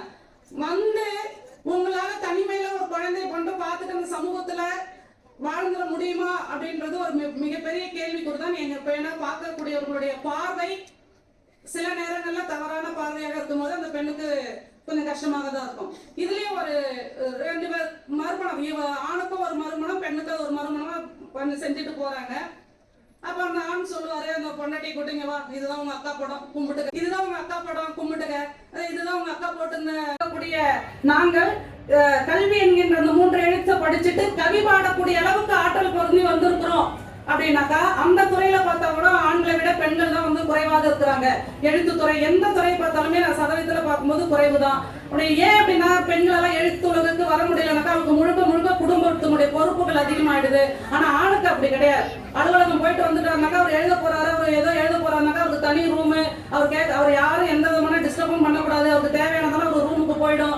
அந்த மாதிரியான சூழ்நிலையில இருக்கும் போது கண்டிப்பா ஆண்களால எழுத முடியும். ஆனா ஒரு பெண்ணுக்கு அந்த மாதிரியான வாய்ப்புகள் கிடைக்கிறது இல்லை. அதனால அவளால மீண்டும் அந்த எழுத்துத்துறையில அவளால பயணிக்க முடியல. சரி, அதுக்கடுத்தது அரசியல் துறை, எந்த துறை வேணாலும் நீங்க எடுத்துக்கோங்க. இன்னைக்கு கிட்டத்தட்ட இந்தியா சுதந்திரம் அடைந்து 70 ஆண்டுகளுக்கு கடந்துட்டோம், 70 ஆண்டுகளுக்கு மேலாக கடந்தாச்சு. ஆனா பெண் அப்படின்னு பார்த்து ஒரே ஒரு பாரத பிரதமர் இந்திரா காந்தி மட்டும்தான் நம்மளால கையை காட்டி சொல்ல முடியுது. ஜனாதிபதியும் பாத்தீங்கன்னாக்கா 2 பேர் தான், பிரதீபா பாட்டீல், இன்னைக்கு இருக்கக்கூடிய முர்மு, திரௌபதி அம்மையார் மட்டும்தான் சொல்ல முடியாது, தவிர வேற யாரையும் நம்மளால சொல்ல முடியல. அரசியல் துறை எடுத்தீங்கன்னாக்கா இந்த தமிழ்நாட்டை பொறுத்தவரைக்கும் அம்மையார் ஜெயலலிதா மட்டும்தான் சொல்ல முடியுது. ஏன்னா அவர்கள், அதே மாதிரி மேற்காங்கத்துல பாத்தீங்கன்னாக்கா மம்தா பானர்ஜி, இவங்க 2 பேரும் மட்டும் நம்ம எப்படி குறிப்பிட்டு நம்ம பேசுறோம் அப்படின்னா, இதுல நான் என்ன சொன்னேன்னாக்கா, வெளியில இருக்கக்கூடிய ஆண்களை கூட சமாளிச்சிடலாங்க எப்படியாவது. ஆனா உள்ளுக்குள்ளே இந்த கணவன் புருஷன்ற பேர்ல இருக்கிறாங்க பாத்தீங்களா, அவங்கள சமாளிக்கிறது தான் ரொம்ப கஷ்டம். இவங்க 2 பேருக்குமே அந்த நிலைமை இல்லை. அதனால வேற வழி இல்லாம அவங்களால ஜெயிக்க முடிஞ்சா. இருந்தாலும் மற்ற ஆண்கள் கொடுத்திருக்கக்கூடிய அத்தனை பிரச்சனைகளையும் எல்லாத்தையும் கடந்து வந்திருக்காங்க. ஏன்னா ஜெயலலிதா அம்மையாருக்கு இல்லாத பிரச்சனைகள் கிடையாது. சட்டசபையில பார்க்கும்போது அவங்களுடைய தலைமுடி பிடிச்சி இழுப்பது, அவங்கள சேலையை பிடிச்சி இழுப்பது, இத்தனையும் மீறி அவங்களால வந்து நிக்க முடிஞ்சது அப்படின்னாக்கா அவங்க ஒருத்தவங்க தான் நம்ம கையை கட்டி சொல்ல முடியும். அதுக்கப்புறம் யாருன்னே நம்மளால சொல்ல முடியாது. சினிமா துறை எந்த துறையாக எடுத்துட்டாலும் சரி, அதையும் மீறி அவங்க வெளியில வராங்க. பேசுறவங்க பேசிட்டு போட்டோம்பா, நான் வந்துடுறோம்பா அப்படின்னு சொல்லிட்டு வராங்கன்னு வச்சுக்கலாம். முதல் இதுவாக பேசக்கூடிய நான் உங்களுடைய கேரக்டர் எடுத்து தான் நம்ம பேசுறோம். ஆண்கள் என்ன பண்றாங்க, அவங்களுடைய கேரக்டர் எடுத்து பேசிட்டா நம்ம மனசு உடைஞ்சு மறுபடியும் சென்ற இடத்துக்கே நம்ம போய்விடுவோம் அப்படின்ற ஒரு நினைப்புல அவங்க வந்து அதை பேசிக்கிட்டு இருக்கிறாங்க. ஆனா அது சரியாக இருக்குமான்னு தெரியல. இந்த பொண்ணெல்லாம் பிறந்தா ஆம்பளை கேட்டா கழுத்தை நீட்டிக்கணும் சொன்னாங்க, பாட்டு வரி சொன்னாங்க இல்லையா. இந்த பாட்டு வரியை எழுதியதே யாருன்னாக்கா ஒரு ஆண் தான். ஆண் என்கின்ற ஒரு கவிஞர் எழுதியிருக்கக்கூடியது. இந்த நிலையை மாற்றிதான் நாங்க தான் இப்போ முயற்சி பண்ணி சரி முயன்று வரலாம், வாழ்க்கையில ஒரு அடியாவது எடுத்து வைக்கலாம் அப்படின்னு சொல்லும்போது எங்களுக்கு இந்த சமயத்துல இருக்கக்கூடிய ஒரு பாட்டு வரி அப்படின்னு பார்க்கும்போது, உன்னை பற்றி யாரும் என்ன சொன்னால் என்ன, இந்த காதில் வாங்கி அந்த காதில் போடு தள்ளு அப்படின்ற வரிகளை சொல்லும் நினைக்கும் பொழுதே எங்களுக்கு அடுத்தடுத்த அடிகள் மேல அடிகள் வந்து விழுந்து கொண்டே இருக்கனால என்னால மீண்டு வர முடியல. நீங்க எல்லாம் ஆண்களை வந்து அந்த தொப்புள் கொடியையும் தாலி கொடியையும் கொடுத்து மறந்துட்டீங்கன்னா, அதோடைய மதிப்பு மரியாதையை மறந்துட்டீங்க அப்படின்னா உங்களுடைய வெற்றி கொடி என்பது அரை கம்பத்துல கூட பறக்காது அப்படின்றத சொல்லிக்கிறேன். பெண்களை வந்து நீங்க எப்பயுமே இந்த அன்பு, அமைதியாக இருக்கிறவங்க, பொறுமையாக இருக்கிறவங்க, சகிப்புத்தன்மையோடு இருக்கக்கூடியவங்க, இது எல்லாமே ஒரு கட்டத்துக்குள்ளே நீங்க கொண்டு வந்துடுறாங்க. நீங்களும் அன்பா இருங்க, அமைதியா இருங்க, பொறுமையா இருங்க, இப்படியே சொல்லி சொல்லி பெண்கள் ஒரு கட்டத்துக்குள்ள கொண்டு வந்துடுறீங்க. ஆனா இங்க இருக்கக்கூடிய அத்தனை பேரும் நீங்க நினைச்சிருந்தா பெரிய பெரிய ஆட்கள் எல்லாம் கொண்டு வந்து இந்த பட்டிமன்றத்துல பேச வச்சிருக்கலாம். ஆனா இல்ல, எங்களை கொண்டு பாதிக்கப்பட்டவர்களை கூட நீங்க வந்து பேச வச்சிருக்கீங்க. அப்ப பாதிக்கப்பட்டிருக்கக்கூடியவர்கள் பேசக்கூடிய கருத்துக்களுக்கு சொல்லக்கூடிய கருத்துக்களுக்கு வலிமை அதிகம் என்பதை நீங்க புரிஞ்சுக்கணும். அதுக்கடுத்து பாத்தீங்கன்னா இந்த நிலை எப்போ மாறும் அப்படின்னு நினைக்கிறோம். இந்த நிலை எப்ப நம்ம படிச்சுட்டோம், இத்தனை ஆண்டுகள் வந்துருச்சு, தொழில் புரட்சி, அது எல்லா துறையிலும் பெண்கள் வந்துட்டாங்க, எப்போ மாறும் அப்படின்னா என்னுடைய கருத்து, உங்களுக்கு சரிசமமாக நாங்க சேர் கேட்கறோம், நாற்காலி கேட்கறோம், போட்டுட்டீங்க. ஆனா அந்த சேர்ல உட்காரத்துக்கு பயமா இருக்குது, எப்படா எடுத்து விடுவீங்க, புடுங்கி விட்டுடுவீங்க, தள்ளி விட்டுடுவீங்களோ அப்படின்ற ஒரு நிலைமையில.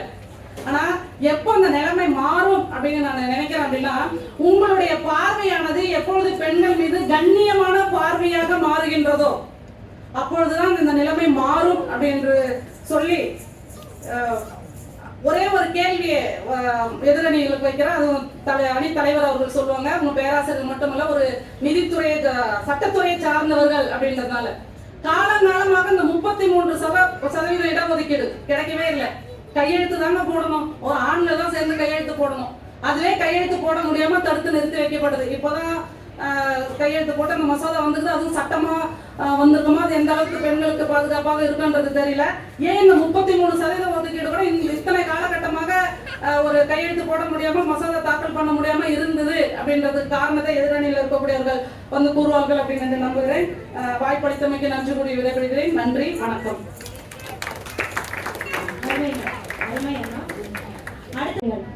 இனித்தே சொல்லுவார் சிறந்த பேச்சாளர், வார்த்தைகளால் வசியம் செய்ய வந்திருக்கும் ரமாதேவி அம்மையார் அவர்களை வருவேன் வரவேற்கிறேன். அனைவருக்கும் வணக்கம். பெற்ற தாய்மொழியும் தாய்மொழி தமிழையும் வழங்கி என்னுடைய இந்த பேச்சை துவங்குகிறேன். இந்த மன்றத்தில் பேச வாய்ப்பளித்த நமது SRM கல்லூரி நிர்வாகத்திற்கும் தமிழ் பேராயத்திற்கும் செவிலியர் கல்லூரிக்கும் என்னோட உளமார்ந்த நன்றியை தெரிவித்துக் கொள்கிறேன். எதிரணியினர் எல்லாரும் பேசினாங்க, எல்லாத்துக்கும் காரணம் ஆண்கள் தான். பெண்களின் தடைக்கு வளர்ச்சிக்கு தடையாக இருப்பது ஆண்கள் மட்டுமே. நீங்க பார்க்கலாம் எத்தனை பெண்கள் பேச வந்திருக்கோம் அப்படின்னு. ஒரே ஒரு ஆண் மட்டும்தான் பேச வந்திருக்காரு இந்த தலைப்புல, மீதி எல்லாருமே பெண்கள் தான் பேசிட்டு இருக்கோம். அப்ப எந்த அளவுக்கு பெண்களுக்கு ஆண்கள் பின்னாடி இருந்து சப்போர்ட்லாம் இல்லை. இந்த காலத்துல சப்போர்ட்லாம் தேவையில்லை, பர்மிஷனும் தேவையில்லை. நாங்க பாட்டுக்கு வரோம், நாங்க பாட்டுக்கு பேசிட்டு இருக்கோம். ஸோ யாருமே பெண்களோட தடைக்கு ஆண்கள் தடையாங்கிறதே நான் இங்க பேச போறது இல்லை. பெண்களுக்கு பெண்களோட வளர்ச்சிக்கு தடையாக இருப்பது பெண்கள் மட்டுமே என்று அறுதியிட்டு கூற முடியும். இதுல முதல் காரணம் என்னன்னு பாத்தீங்க அப்படின்னா, நம்முடைய வளர்ச்சிக்கு நாமே தடையாக இருப்பது, என்னுடைய வளர்ச்சிக்கு நானே தடையாக இருப்பது. நான் வந்து எனக்கு இந்த படிப்பு வேணும், இந்த ட்ரெஸ் வேணும், இந்த கல்லூரியில சேரணும் அப்படின்னு கேட்க தயங்குறது, பயப்படுறது, இதுவே முதல் தடை. என்ன சொல்லிடுவாங்க, இந்த ட்ரெஸ் போட்டா பக்கத்து வீட்டுல என்ன சொல்லுவாங்க, இந்த காலேஜ்ல சேர்ந்தா என்ன சொல்லுவாங்க, ஊர் என்ன சொல்லும், ஏத்த வீடு என்ன சொல்லும். இந்த தயக்கமே பெண்கள் தனக்கு வேண்டிய விஷயத்தை கேட்கறதுக்கு தயங்குறது தான் முதல் தடை. முதல்ல அந்த தடையிலேருந்து அவங்க வெளியில வரணும், எனக்கு இதுதான் வேணும் அப்படின்னு அவங்க அடிச்சு பேசணும். இன்னொன்னு, மற்றொரு பெண்கள் மூலமாக நமக்கு வரக்கூடிய தடைகள் இந்த 2 வகையா பிரிக்கலாம். முதல் தடை, நான் எல்லாருமே நம்ம வந்து அம்மாவுக்கு நிகர் உலகத்துல எதுவுமே கிடையாது, யாரும் இதை மறுக்க முடியாது. ஆனா ஒரு குழந்தை கருவில் இருக்கும்போது அது பெண்ணா என்று தெரிந்தவுடன் அந்த கரு கொலைப்புக்கு உடந்தையாக இருப்பதும் தாய். அந்த இடத்துலயே அந்த தாய் போராட வேண்டும். அந்த போராட்டத்தை அவங்க எடுக்கல அப்படிங்கும் போது அந்த இடத்துலயே நம்ம பிறக்கவே விடாம பண்றாங்க. ஒரு குழந்தை இந்த ஊர்ல வரத்துக்கு அனுமதிக்கவே இல்லை. அந்த இடத்துல தன்னுடைய தாய் வந்து எல்லாவற்றையும் ஐயா சொன்னாங்க. நான் இந்த இடத்துல அதை நினைவு கூற விரும்புறேன்.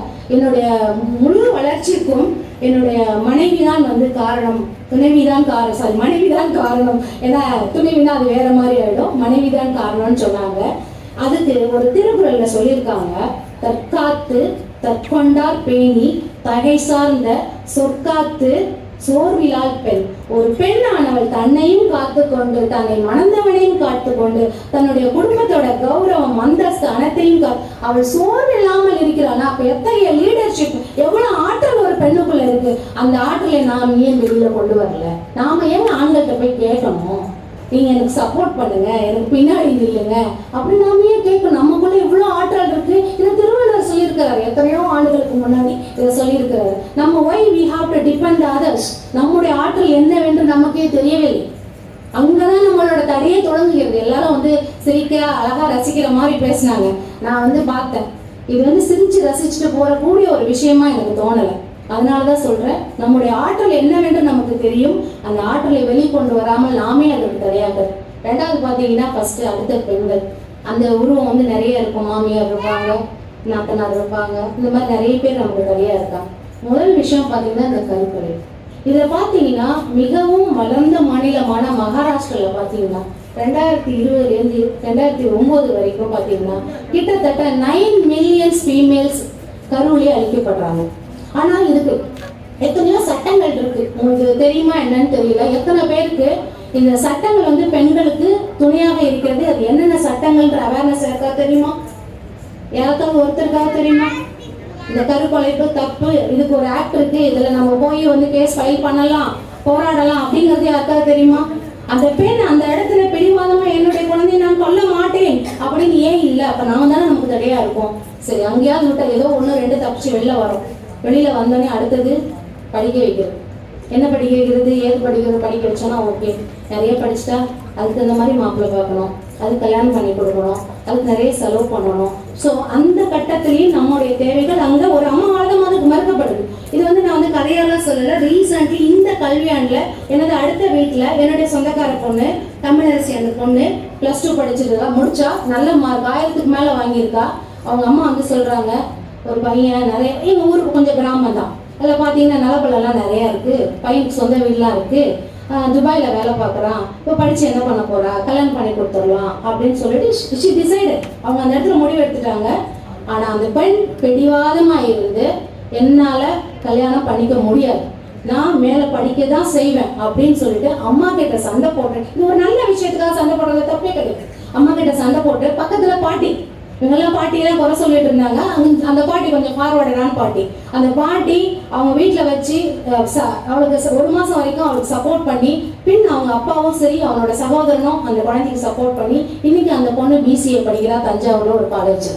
ஸோ இந்த மாதிரி நமக்கு தேவையானதை நம்ம தான் எடுக்கணுமே தவிர நம்ம தான் தடையா இருக்கும், வேற யாரும் இல்லை. அந்த இடத்துல அந்த பொண்ணு ஓகே நான் கல்யாணம் பண்ணிக்கிறேன்னு சொன்னா அவதான் அவளுக்கு தடையா இருந்திருக்கா. ஸோ அந்த தடையிலேருந்து வெளியில வர ஆற்றலை நம்ம வந்து மேல கொண்டு வரணுங்கிறது தான் என்னோட. அடுத்தது பாத்தீங்கன்னா லிட்ரஸி ரேட் எடுத்து பாத்தீங்கன்னா இன்னை வரைக்கும் நம்ம இந்தியாவில் பொறுத்த வரைக்கும் விமனோட லிட்ரஸி ரேட்னு பாத்தீங்கன்னா வெறும் 70.3% தான் இருக்கு. இந்த 70.3% வந்து நம்மள மாதிரி பேராசிரியராவோ உயர்கல்வி படிச்சவங்களும் கிடையாது. மினிமம் 8வது படிக்க எழுத தெரிஞ்சாலே அது லிட்ரஸி ரேட்னு சொல்றாங்க. ஒரு படிக்கணும் எழுதுறதுக்கு இது மட்டும் தெரிஞ்சாலே லிட்ரஸி ரேட். அப்போ இந்த 30% அறவே கல்வி கிடையாது. அதுக்கு மேல பாத்தீங்கன்னா இந்த 8வது 10வது படிச்சவங்க எல்லாம் கல்வி ரேட்ல கொண்டு வந்துடுறாங்க. ஸோ எந்த அளவுக்கு நமக்கு கல்வி முக்கியங்கிறத நாம உணர்ந்து அந்த தமிழரசி மாதிரி ஒவ்வொரு பொண்ணும் தங்களோட அன்னை சொன்னாலும் சரி, அம்மா சொன்னாலும், பக்கத்து வீட்டில் சொன்னாலும் என்னால முடியாது நான் படிப்பேன் அப்படிங்கிற ஒரு பெண் படித்தால்தான் அந்த குடும்பமே திருப்பி அடுத்த ஜெனரேஷன் படிக்க முடியும். ஒரு பெண் என்னைக்கு படிக்கல, கல்வியில பின்தங்கிட்டாங்கன்னா நிச்சயமா அந்த குடும்பம் முன்னேறதுக்கு வாய்ப்பே கிடையாது. அடுத்தது பாத்தீங்கன்னா கல்யாணம்னு வரும்போது பாத்தீங்கன்னா வரதட்சணை. நிறைய இடத்துல பாத்தீங்கன்னா ஒரு நாளைக்கு ஒரு 6 டவுரி டெத் நடக்குது. பாத்தீங்கன்னா ஒரு நாளைக்கு 6 டவுரி இருக்கு. ஏன் நம்ம படிக்கலையா, வேலைக்கு போகலையா, நமக்கு அதை வந்து ஃபேஸ் பண்ணக்கூடிய தைரியம் இல்லாம அத்தனை பெண்கள் வந்து என்ன பண்றாங்க, தற்கொலை பண்ணிக்கிறாங்க, இல்ல தற்கொலைக்கு தள்ளப்படுறாங்க. ஸோ இந்த இந்தியாவை பொறுத்த வரைக்கும் ஒரு நாளைக்கு ஒரு நிமிஷத்துக்கு 6 டவுரி டெத் கேஸ் ரெஜிஸ்டர் ஆகும். இப்போ ரீசெண்டாக பார்த்தீங்கன்னா ரொம்ப லிட்ரஸி ரேட் உள்ள அதிகமாக உள்ள மாநிலம் எதுன்னு தெரியும் இல்லைங்களா? எந்த மாநிலம் சொல்லுங்க பார்க்க. இந்தியாவை பொறுத்த வரைக்கும் லிட்ரஸி ரேட் அதிகமாக உள்ள மாநிலம் கேரளா. ஸோ மெத்த படித்தவர்கள் அங்கே இருக்கிற எல்லா ஆண் பெண் எல்லாமே படித்தவங்க தான். ஆனால் அதிகமாக டவுரி கேசஸும் அங்கே தான் ரெஜிஸ்டர் ஆகுது. ரீசெண்டாக போன மாதம் பார்த்தீங்கன்னா ஒரு பிஜி டாக்டர் அந்த பையனும் பிஜி டாக்டர் 2 பேரும் விரும்புகிறாங்க. சரி கல்யாணத்துக்கு பேசணும்னு பேசுகிறாங்க. அந்த பையன் வீட்டுல இருந்து டிமாண்ட் BMW கார். இப்பெல்லாம் சாதாரணமான வரதட்சணை எல்லாம் கேட்கறது இல்லை. கார்லயே அந்த காலத்துல காருன்னா ஒரு பெரிய விஷயமா இருந்தது. இப்போ கார்லயே மாடல்ல இருந்து என்னென்ன அதிகமா கேட்க முடியுமோ அந்த அளவுக்கு கேட்கறாங்க. ஸோ அந்த கல்யாணம் நிச்சயம் வந்து தடைப்பட்டு போயிடுச்சு, கல்யாணம் தடைப்பட்டு போச்சு.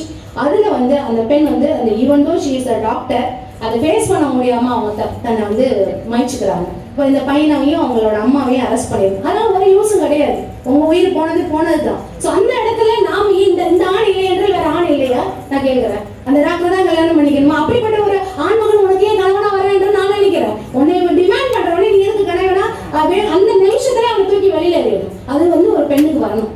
ஸோ அந்த இடத்துல அந்த பெண் அவளுக்கே எதிரியா இருந்து அவ இறந்து போறான். ஸோ இந்த மாதிரி டவுரி கேஸ் அடுத்து வேலைக்கு போறோம். 2 நிமிஷத்துல முடிச்சிடறேன். நடுவர் அவங்க ஏற்கனவே சொன்னாங்க, எல்லாரும் அதிக நேரம் எடுத்துட்டாங்க, நீங்க ரொம்ப நேரம் எடுத்துறாதீங்க மேடம், வீட்டுக்கு போவாங்க அப்படின்னு. ஸோ குறிப்பிட்ட ஒரு 2 விஷயத்த மட்டும் சொல்லிட்டு என்னுடைய இந்த பேச்சை வந்து முடிச்சுக்கலாம்னு நினைக்கிறேன். நான் நிறைய கவுண்டர் கொடுக்கணும்னா கொடுத்துட்டே இருக்கலாம். பட் நேரமின்மை காரணத்தால் சில சீரியஸான விஷயத்த மட்டும் நான் சொல்லி முடிச்சுக்கிறேன். எல்லாரும் ஜாலியா பேசிட்டாங்க இல்லையா, நம்ம கொஞ்சம் சீரியஸாகவும் பார்ப்போமே அப்படின்னு சொல்லிட்டு. ஸோ வேலைக்கு வர இடத்துலயும் பாத்தீங்க அப்படின்னா பெண்களை காசிப்பிங்னு பேசுறது அடுத்த பெண்கள் தான், நிச்சயமா ஆண்கள் இல்லை. அது எனக்கு நல்லாவே தெரியும். Even I have that experience. எனக்கும் அதே எக்ஸ்பீரியன்ஸ் இருக்கு. ஒரு உதாரணத்துக்கு பார்த்தீங்கன்னா ஒரு ப்ரமோஷன் வருது, சம்பள உயர்வு வருது, ஒரு பே ரிவிஷன் வருதுன்னா ஒரு 4 பேர் அந்த லிஸ்ட்ல இருக்காங்கன்னா 3 பெண்கள் ஒரு ஆண்கள் இருக்காங்கன்னா ஒரு ஆணுக்கு கிடைச்சிட்டு அந்த பெண்கள் அமைதியா இருந்துருவாங்க. அதே இன்னொரு பெண்ணுக்கு கிடைச்சிருச்சுன்னா அதை பின்னாடி என்னெல்லாம் பேசுவாங்கன்னு எனக்கு சொல்ல வாய் கூசுது. அதை பேசுறதே நாம தான். அப்ப அந்த பெண்ணோட வளர்ச்சி அடுத்து அந்த பொண்ணு அப்புறம் எப்படி போவா, அடுத்தடுத்த லெவலுக்கு எப்படி போவா, நாம தான் அவளை அசிங்கப்படுத்துறோம், நாமளே அவளுக்கு தடையா இருக்கோம். இது பாத்தீங்கன்னா வேலை பாக்குறது. ஈவன் நீங்க பாத்தீங்கன்னா டொமஸ்டிக் சர்வெண்ட் நீங்க எடுங்க, வீட்டுல வேலை பாக்குறவங்கள, அந்த வீட்டுல வேலை பாக்குறவங்கள யாரு வந்து நிர்வாகம் பண்றா? பெண்கள் தான் பண்றாங்க. அவங்களுக்கு நல்ல சாப்பாடு கொடுக்குறாங்களா, அவங்களுக்கு லீவ் கொடுக்குறாங்க. இதெல்லாம் நீங்க பாத்தீங்கன்னா அந்த பட்டிமன்றம் நீயா நானான்ற ஒரு ப்ரோக்ராம் நடக்கும். அதுல வந்து அந்த நிகழ்ச்சியை பார்த்தீங்கன்னா உங்களுக்கு புரிஞ்சிருக்கும் எப்படி டொமஸ்டிக் சர்வெண்ட்டை ஒரு பெண் வந்து வீட்டுல வந்து ட்ரீட் பண்றாங்க. அந்த வீட்டுல இருக்கிற ஆண் அந்த பெண்ணிட்ட அந்த டொமஸ்டிக் சர்வெண்ட்ட பேசிட்டு அந்த பொண்ணோட வேலையே காலு. ஸோ இந்த அளவுக்கு பெண்கள் வந்து நம்ம கணவர் மேலேயும் நம்பிக்கை வைக்கிறது இல்லை, வந்திருக்க பொண்ணு மேலேயும் நம்பிக்கை வைக்கிறது இல்லை. இது ஒரு விஷயம். அப்புறம் பாத்தீங்கன்னா இன்னொரு விஷயம், இந்த படிப்புன்னு வரும்போது இதுவும் நீயா நானால ஓப்பன் ஃபோரம்ல நடந்த விஷயம்தான். ஒரு பெண் வந்து அவங்க வந்து அந்த அம்மையார் வந்து ஒரு அரசாங்க உத்தியோகத்துல உயர் பதவியில இருக்காங்க. அவங்களோட பொண்ணு வந்து அடுத்த இதுல எதிரணியில உட்காந்து பேசுறா. பையன் 1 பொண்ணு 1. பையனை வந்து MBBS படிக்க வைக்கிறாங்க. அடுத்தது இவ்வளவு நீட் எழுதியிருக்கா, நல்லா ஸ்கோர் பண்ணியிருக்கா. She also want to join NEET இது MBBS. அப்போ அவங்க அம்மா சொல்றாங்க, பையனுக்கு சேர்த்தாச்சு, உனக்கு ஒன்றும் இல்லை, நீ வந்து கல்யாணம் பண்ணிட்டு போறக்குள்ள தானே, உனக்கு அதெல்லாம் வேற செய்யணும்ல நானு, அதனால டென்டல் காலேஜ்ல படின்னு டென்டல் காலேஜ்ல சேர்த்துருக்காங்க. இது நடந்தது இந்த நிகழ்ச்சியில. அந்த பொண்ணு வருத்தப்பட்டு அவளோட இதை பகிர்ந்து கொண்டா. ஸோ இந்த மாதிரி எல்லா இடத்துலையுமே அங்கேயும் வந்து தடையா இருந்தது ஒரு அம்மா தான். அந்த பெண்ணோட கல்விக்கு தடையா இருந்ததும் அவங்க அம்மா தான். நான் சொன்ன 2 இன்சிடென்ட்டும் பாத்தீங்கன்னா பெண்ணுக்கு பெண் தான் எதிரி. இது நல்ல ஊர்ல எல்லாம் சொல்லுவாங்க, பெண்ணுக்கு பெண் தான் எதிரி அப்படின்னு. கல்யாணம் காட்சி ஒவ்வொரு கட்டத்திலையும் நீங்க பாத்தீங்கன்னா பிறப்பில் இருந்து, படிப்பில் இருந்து, கல்யாணத்துல இருந்து, ஒரு வேலைக்கு வர இடத்துல இருந்து அத்தனை இடத்துலயும் பெண்களுக்கு எதிரி, பெண்களோட வளர்ச்சிக்கு தடை பெரிதும் யாருன்னு பாத்தீங்கன்னா பெண்கள் தான். என்னடா இவங்க பெண்ணா இருந்துட்டே இப்படி பேசுறாங்கன்னா இந்த உண்மையை நான் ஒத்துக்கணும். நான் வந்து ஆண்கள் பக்கம் போகல நீங்க நினைக்கலாம், நிறைய இருக்கு பேசுறதுக்கு. ஆனா அவங்களையே நாம ஏன் சார்ந்து இருக்கணும்ங்கிறதா என்னுடைய கேள்வி. அவங்களோட சப்போர்ட்டை நாம ஏன் எதிர்பார்க்கணும்? ஐயாவுக்கு எப்படி அவங்க மனைவி சப்போர்ட்டா இருந்தாங்களோ அது மாதிரி நாம அவங்களோட வளர்ச்சிக்கு நாம இருந்துட்டு போவோமே. அவர் சொன்னார், எல்லா ஆண்களோட வளர்ச்சிக்கும் ஒரு பின்னால் ஒரு பெண் இருப்பான்னு இது சொல்லிட்டு இருக்காங்க. இது நிதர்சனமான உண்மை. பெண்களுக்கும் இதையெல்லாம் சொல்லி அவங்களையும் மேல வரவழைக்கணுங்கிறது தான் என்னோட ஆசை. ஸோ முயற்சி திருவினையாக்கும். பாரதியார் சொன்ன மாதிரி நிமிர்ந்த பாறை நேர்கொண்ட நிமிர்ந்த நன்னடி நேர்கொண்ட பாறை நிலத்தை யாக்கும் அஞ்சாத நெறிகள் திமிர்ந்த ஞான செருக்கும் உடைய பெண்கள் செம்மை ஆவார்கள் சொல்லியிருக்கிறாரு. அது மாதிரி நீங்க ஒவ்வொருத்தருமே இந்த பாரதியார் சொன்ன அத்தனையும் 5 சொன்னாங்க. 5 விஷயத்தை தான் நாங்க செய்யணுமா, 50 விஷயத்த செய்யக்கூடாதுன்னு பாட்டெல்லாம் போட்டாங்க. இந்த 5 விஷயத்த நீங்க செஞ்சாலே 50 விஷயத்த செய்யக்கூடாதுன்னு யாருமே சொல்ல முடியாது. ஸோ இதெல்லாம் உங்களுடைய வாழ்க்கையில ஒவ்வொரு இடமா நீங்க அதை செயல்படுத்தி மற்றவர்களுக்கும் உறுதுணையாக இந்த மகளிர் தினத்தன்று அட்லீஸ்ட் நம்ம அடுத்தவங்களுக்கு உதவலைனாலும் உபத்திரவமா இல்லாம முடிஞ்ச அளவுக்கு பெண்களோட வளர்ச்சிக்கு இனிமேலாவது பெண்கள் தடையாக இல்லாமல் துணையாக இருப்போம் என்று சொல்லி வாய்ப்பளித்தமைக்கு நன்றி கூறி கிடைத்திருப்போம். நன்றி, வணக்கம். ரொம்ப நல்ல கருத்துக்கள், விழிப்புணர்வான பதிவுகள் நிறைய மேடம். நீங்க பேசினதுல இவ்வளவு நேரம் நீங்க பேசினதுல அந்த ஆக்ட் எல்லாம் இதெல்லாம் சொன்னது கொஞ்சம் நல்ல விழிப்புணர்வு, எல்லாருக்குமே விழிப்புணர்வு. இது வரைக்கும் நம்ம ஸ்கேன் சென்டர் போயிருக்கோம், அங்கே ஒட்டியிருப்பாங்க இந்த பால் ரீதியான இதை நம்ம சொல்ல மாட்டோம் அப்படின்னு ஒட்டியிருப்பாங்க. ஆனால் இந்த மாதிரி ஆக்ட் எல்லாம் எல்லாருக்கும் தெரியப்படுத்துறது ரொம்ப நல்ல விஷயம். அருமையான பேச்சு. இதை நம்ம நேரா போய் கம்ப்ளைண்ட் கொடுக்கணுங்கிற அவசியம்லாம் இல்லை. நேஷனல் கமிஷன் ஃபார் விமன் இருக்கு. Even an anonymous complaint is also taken by that commission and they will inquire all those things. So அதனால நம்ம போவோம், அங்கே போகணுமா இங்கே போகணுமா அலையணுமா அவங்கள்ட்ட போய் பதில் சொல்லணுமா அப்படின்னு நம்ம யாருமே யோசிக்க வேண்டாம். So National Commission for Women is there to support you. Thank you all. நன்றி மேடம். வெள்ளை நிறத்தொரு பூனை என் வீட்டில் வளருது கண்டீர். பிள்ளைகள் ஈண்டத பூனை அவை பேருக்கு ஒரு நிறமாகும். சாம்பல் நிறம் ஒரு குட்டி, கருஞ்சாந்த நிறம் ஒரு குட்டி, வெள்ளை பாலின் நிறம் ஒரு குட்டி, நல்ல பாம்பின் நிறம் ஒரு குட்டி. எந்த நிறம் இருந்தாலும் அவை யாவும் ஒரே தரம் என்றோம். ஆணா இருக்கலாம் பெண்ணா இருக்கலாம். இந்த தலைப்பு எனக்கு கொடுத்த உடனே இந்த போட்டோ ஸ்டேட்டஸ்ல வைப்போம்ல வச்சுட்டேன். அப்போ அந்த வச்ச உடனே எனக்கு நிறைய மெசேஜ் வருது. நீ என்ன தலைப்பு, என்ன முடிஞ்சிருச்சா காலையில இருந்து முடிஞ்சிருச்சா அப்பா முடிஞ்சிருச்சா. அதுல என் ஃப்ரெண்ட்ஸ் எல்லாம் டிஸ்கஸ் பண்ணும்போது இந்த தலைப்பை சொன்ன உடனே பெண்கள் தான் எதிரி, பெண்களுக்கு பெண்கள் பேய்க்கும் தான் சண்டை இப்படிலாம் வேற சொல்லிக்கிட்டாங்க.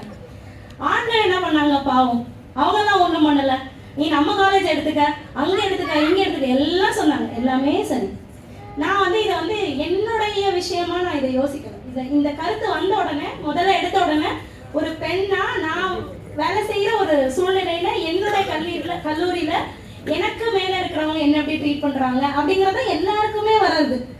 ஒரு பே ஸ்கேல்ல இருந்து எல்லாத்தையுமே நம்ம யோசிக்கிறது அப்படிதான் யோசிக்க ஆரம்பிப்போம். நான் அப்படிதான் யோசிக்க ஆரம்பிச்சேன். இது பெண்ணுங்கிறது இந்த இடம் இல்லை, இந்த இடம் மட்டும் இல்லை. இது என் குடும்பம் சார்ந்தது, என் சூழல் சார்ந்தது, என் சமூகம் சார்ந்தது, என் தமிழ்நாடு மட்டுமல்ல என் இந்தியாவும் சார்ந்தது, வெளிநாடுகளும் சார்ந்தது, உலக பெண்களை சார்ந்ததுதான் இந்த இன்டர்நேஷனல் உமன்ஸ் டே. அப்படிங்கும் போது எனக்கு ஒருத்தவங்களுடைய கதை ஞாபகம் வந்தது. ஹெலன் கெல்லர் கேள்விப்பட்டிருப்பீங்க. ஹெலன் கெல்லர் அப்படிங்கிறவங்க ஒரு அழகான பெண் குழந்தையா பிறக்கிறாங்க. பிறந்த ஒரு 6 மாசத்துல அவங்களுக்கு என்ன ஆயிடுதுன்னா ஜுரம் ஒன்று வருது. வந்த ஜுரத்துல 6 மாசமோ 1.5 வயசுலயோ காது கேட்கல, கண்ணு தெரியல, வாய் பேச முடியல. குழந்தைங்க வார்த்தைகளையும் பேசுறதுக்கு கத்துக்கிறது, உலகத்தை பார்க்கறது எல்லாமே இந்த நமக்கே பிள்ளை பருவங்கள்ல 1.5 வயசுக்கு முன்னாடி இருக்கிற எந்த விஷயமும் ஞாபகம் இருக்காது. அதுக்கப்புறம் தான் நம்மளுடைய லேர்னிங் ஃபேஸ். அப்பதான் நமக்கு தெரிய வரும் நம்மளுடைய வாழ்க்கையில என்னென்ன நடந்து, ஒரு சித்தி இருந்தாங்க, நம்ம இப்படி சிரிச்சோம், இப்படி ஓடணும் அப்படிங்கறதெல்லாம் ஞாபகம் வரும். அப்ப அந்த 1.5 வயசுல அந்த குழந்தைக்கு 3மே பறிக்கப்படுது. அப்போ நான் அடிக்கடி அந்த பிள்ளைய நினைச்சுக்கிறேன், ஒரு படிச்ச விஷயம் தான் அது, இருந்தாலும் எனக்குள்ளான தாக்கம் ரொம்ப அதிகம். அப்ப அந்த பொண்ணை நான் யோசிக்கும் போது அந்த பிள்ளை எப்படி தெரிஞ்சிருக்கும், அதோட 7 வயசு வரைக்கும் இருள் மட்டும்தான் பேச்சாகவும் கேட்கும் குரலாகவும் பார்க்கும் விதமாகவும் இருந்திருக்கும். அப்படிங்கும் போது அந்த பொண்ணுக்கு ஒரு டீச்சரை ஒருத்தவங்க அப்பாயின்ட் பண்றாங்க. அவங்க பேரண்ட்ஸ் ஏன்னா ரொம்ப அரகண்டா இருக்கா, ரொம்ப ரொம்ப எது எடுத்தாலும் ரொம்ப கடினமா பிஹேவ் பண்றாங்கன்னு சொல்லிட்டு அவங்களுக்கு ஒரு டீச்சரை ஒருத்தவங்க அப்பாயின்ட் பண்றாங்க. அந்த டீச்சர் அவங்களுக்கு ஹேண்டில் பண்ணவே முடியல அவங்களால. அப்போ அந்த டீச்சர் என்ன சொல்றாங்க அப்படின்னா, இந்த பொறுமை யாருக்கு இருக்கும்னா பெண்ணுக்கு தான் இருக்கும் அந்த மாதிரி குழந்தைங்களை டீல் பண்றது. அப்போ அந்த டீச்சர் வராங்க, அவங்க வந்து அந்த கடமையை எடுத்துக்காங்க, அந்த பொண்ணு எப்படியாவது படிக்க வைக்கணும். அப்போ வந்து அந்த பிள்ளைக்கு சொல்லி தரணும் வார்த்தை. எப்படி சொல்லி தரதுன்னே தெரியல, என்ன காதும் கேட்கல, கண்ணும் தெரியல, நான் ஆக்ஷன் பண்ணாலும் தெரியாது, சொன்னாலும் கேட்காது. அப்போ அந்த பிள்ளை என்ன பண்றாங்க அப்படின்னா, தரையில கொண்டு போய் தரைய தொட வச்சு அந்த கையில EARTH அப்படின்னு எழுதுறாங்க, சாயில், அதெல்லாம் சொல்லி கொடுக்குறாங்க. அப்ப அந்த பொண்ணு என்ன பண்ணுதுன்னா, இந்த டீச்சருடைய உதடுகளை தொட்டு நாக்கெல்லாம் தொட்டு அப்ப வந்து எப்படி பேசுறாங்க, எந்த மாதிரி உச்சரிக்கிறாங்க, அதாவது ஊமை ஆயிட்டோம், செவிட ஆயிடுச்சு, சொல்லி கொடுத்தாதான் பேசணும். நான் அந்த வார்த்தை உதடுகளை தொட்டு எப்படி பேசுறாங்கிறத வச்சு அந்த பொண்ணு பழக ஆரம்பிச்சாங்க. 7 வயசுக்கு அப்புறம் தான் இதை பழகவே ஆரம்பிக்கிறாங்க. நம்ம எல்கேஜிலேயே ஜூனியர் இதுலயே ABCD வந்து எல்லாத்தையுமே சொல்லி கொடுத்துருவோம் பிள்ளைக்கு. அவங்க 7 வயசுக்கு மேல அந்த பிள்ளைக்கு ஆரம்பிக்கிறாங்க. அப்ப அந்த பிள்ளைக்கு படிப்புங்கிறது எவ்வளவு ஒரு கடினமான விஷயமா இருந்திருக்கும். அந்த பொண்ணு என்ன பண்ணுதுன்னா, 21 வயசு, எனக்கு சொல்ல வெக்கமா தான் இருக்காது, என்னோட வயசு 21, அந்த பிள்ளையோட வயசு 21, எனக்கு ஈக்குவலா டிகிரி வாங்கியிருக்கும். எத்தனை டிகிரி முடிச்சாங்க தெரியுமா அவங்க? எத்தனை பேருடைய வாழ்க்கையில எத்தனை பேருக்கு அவங்க வந்து அவங்களோட சொற்பொழிவுகள் மூலம், நீங்க இப்பயும் பாருங்க, அவங்க ரொம்ப முன்னாடிலாம் ஒன்றும் இல்லை, இந்த நம்ம வாழ்ந்த பீரியட்ல தான் இருந்தாங்க. 50-60 வருடங்களுக்கு முன்னாடி இருக்கிறவங்க தான் நீங்க செக் பண்ணி பாருங்க. பாத்தீங்கன்னா அவங்க எத்தனை பேருக்கு சர்வீஸ் பண்ணிருக்கிறாங்க, எத்தனை டிகிரி முடிச்சிருக்கிறாங்க, எத்தனை பிள்ளைகளுக்கு வாழ்வாதாரமா இருந்திருக்கிறாங்க. இது ஒரு பெண் நினைச்சிட்டாங்க செய்யணும். புரியுதுங்களா? நான் சொல்றது என்னன்னா, ஒரு பெண் தன் கருத்து வந்த உடனே செய்யணும்னு நினைச்சிட்டாங்க. தடை யார் சொல்றது நமக்கு? இந்த பாட்டு போட்டாங்க, சிங்கப்பெண்ணே சிங்கப்பெண்ணே ஆணினமே உன்னை வணங்குமே. வணங்க வந்தாங்க, ஏன் வணங்கணும்? எதுக்காக அவங்க என்ன வணங்கணும்? எனக்கு யார் தடை? எனக்கு யார்? தங்கமே தங்கமே என்ன தாயும் தந்தையும் மாறி மாறி கொஞ்சியதாதானோ இந்த தங்க தெய்வங்கள் தங்க நகை கேட்டு தண்டிக்கப்படுகிறார்கள். கரெக்டா? இதுதானே நடக்குது. மேடம் சொன்னாங்க, அருமையா சொன்னாங்க. என்ன சொன்னாங்கன்னா, அப்படி ஒரு வாழ்க்கை வருதா? வேண்டாம். யார் எனக்கு தடை? எனக்கு யாரும் தடை கிடையாது. எனக்கு தடைன்னு ஒண்ணு இருந்தா அது நானா தான் இருக்கும். ஹர்னிமா சின்ஹா கேள்விப்பட்டிருப்பீங்க. ட்ரெயின்ல போகும்போது ட்ரெயின்ல இருந்து திருடர்கள் புடிச்சு தள்ளுனதுனால அந்த பெண்ணு கீழே விழுந்து அவங்களோட ஒத்த கால் போயிருச்சு. இமாலய மலைய வந்து அந்த பெண் அந்த கால்களோட ஏறி நின்னாங்க. யாருக்கும் அந்த பெண்ணுக்கு யார் தடையா இருந்தாங்க? ஆண்களா தடையா இருந்தாங்க, இல்ல பெண்கள் தடையா இருந்தாங்களா? நாம நம்மள தடையாக்கிக்கிட்டு எனக்கு இவங்க தடை எப்படி சொல்ல முடியும்? எல்லாத்துலயும் எல்லார் மேலையும் தப்பு இருக்கு. ஆண்கள் மேல, அதாவது என்னோட குடும்பத்துல என்னை படிக்க வைக்கல அப்படின்னா, ஒண்ணு அம்மா சண்டை போட்டு அப்பாட்ட கேட்டு என்னை அனுப்பிடுறோம், இல்ல அம்மா முடியாதுன்னு சொன்னா அப்பா சண்டை போட்டு எனக்கு அனுப்பிடுறோம். இப்ப 2 பேர் மேலேயும் பிரச்சனை. கரெக்டுங்களா? பிரச்சனை இருக்கிறது எங்கன்னா 2 பேர் மேலேயும் தான் பிரச்சனை ஆண் மேல மட்டும்.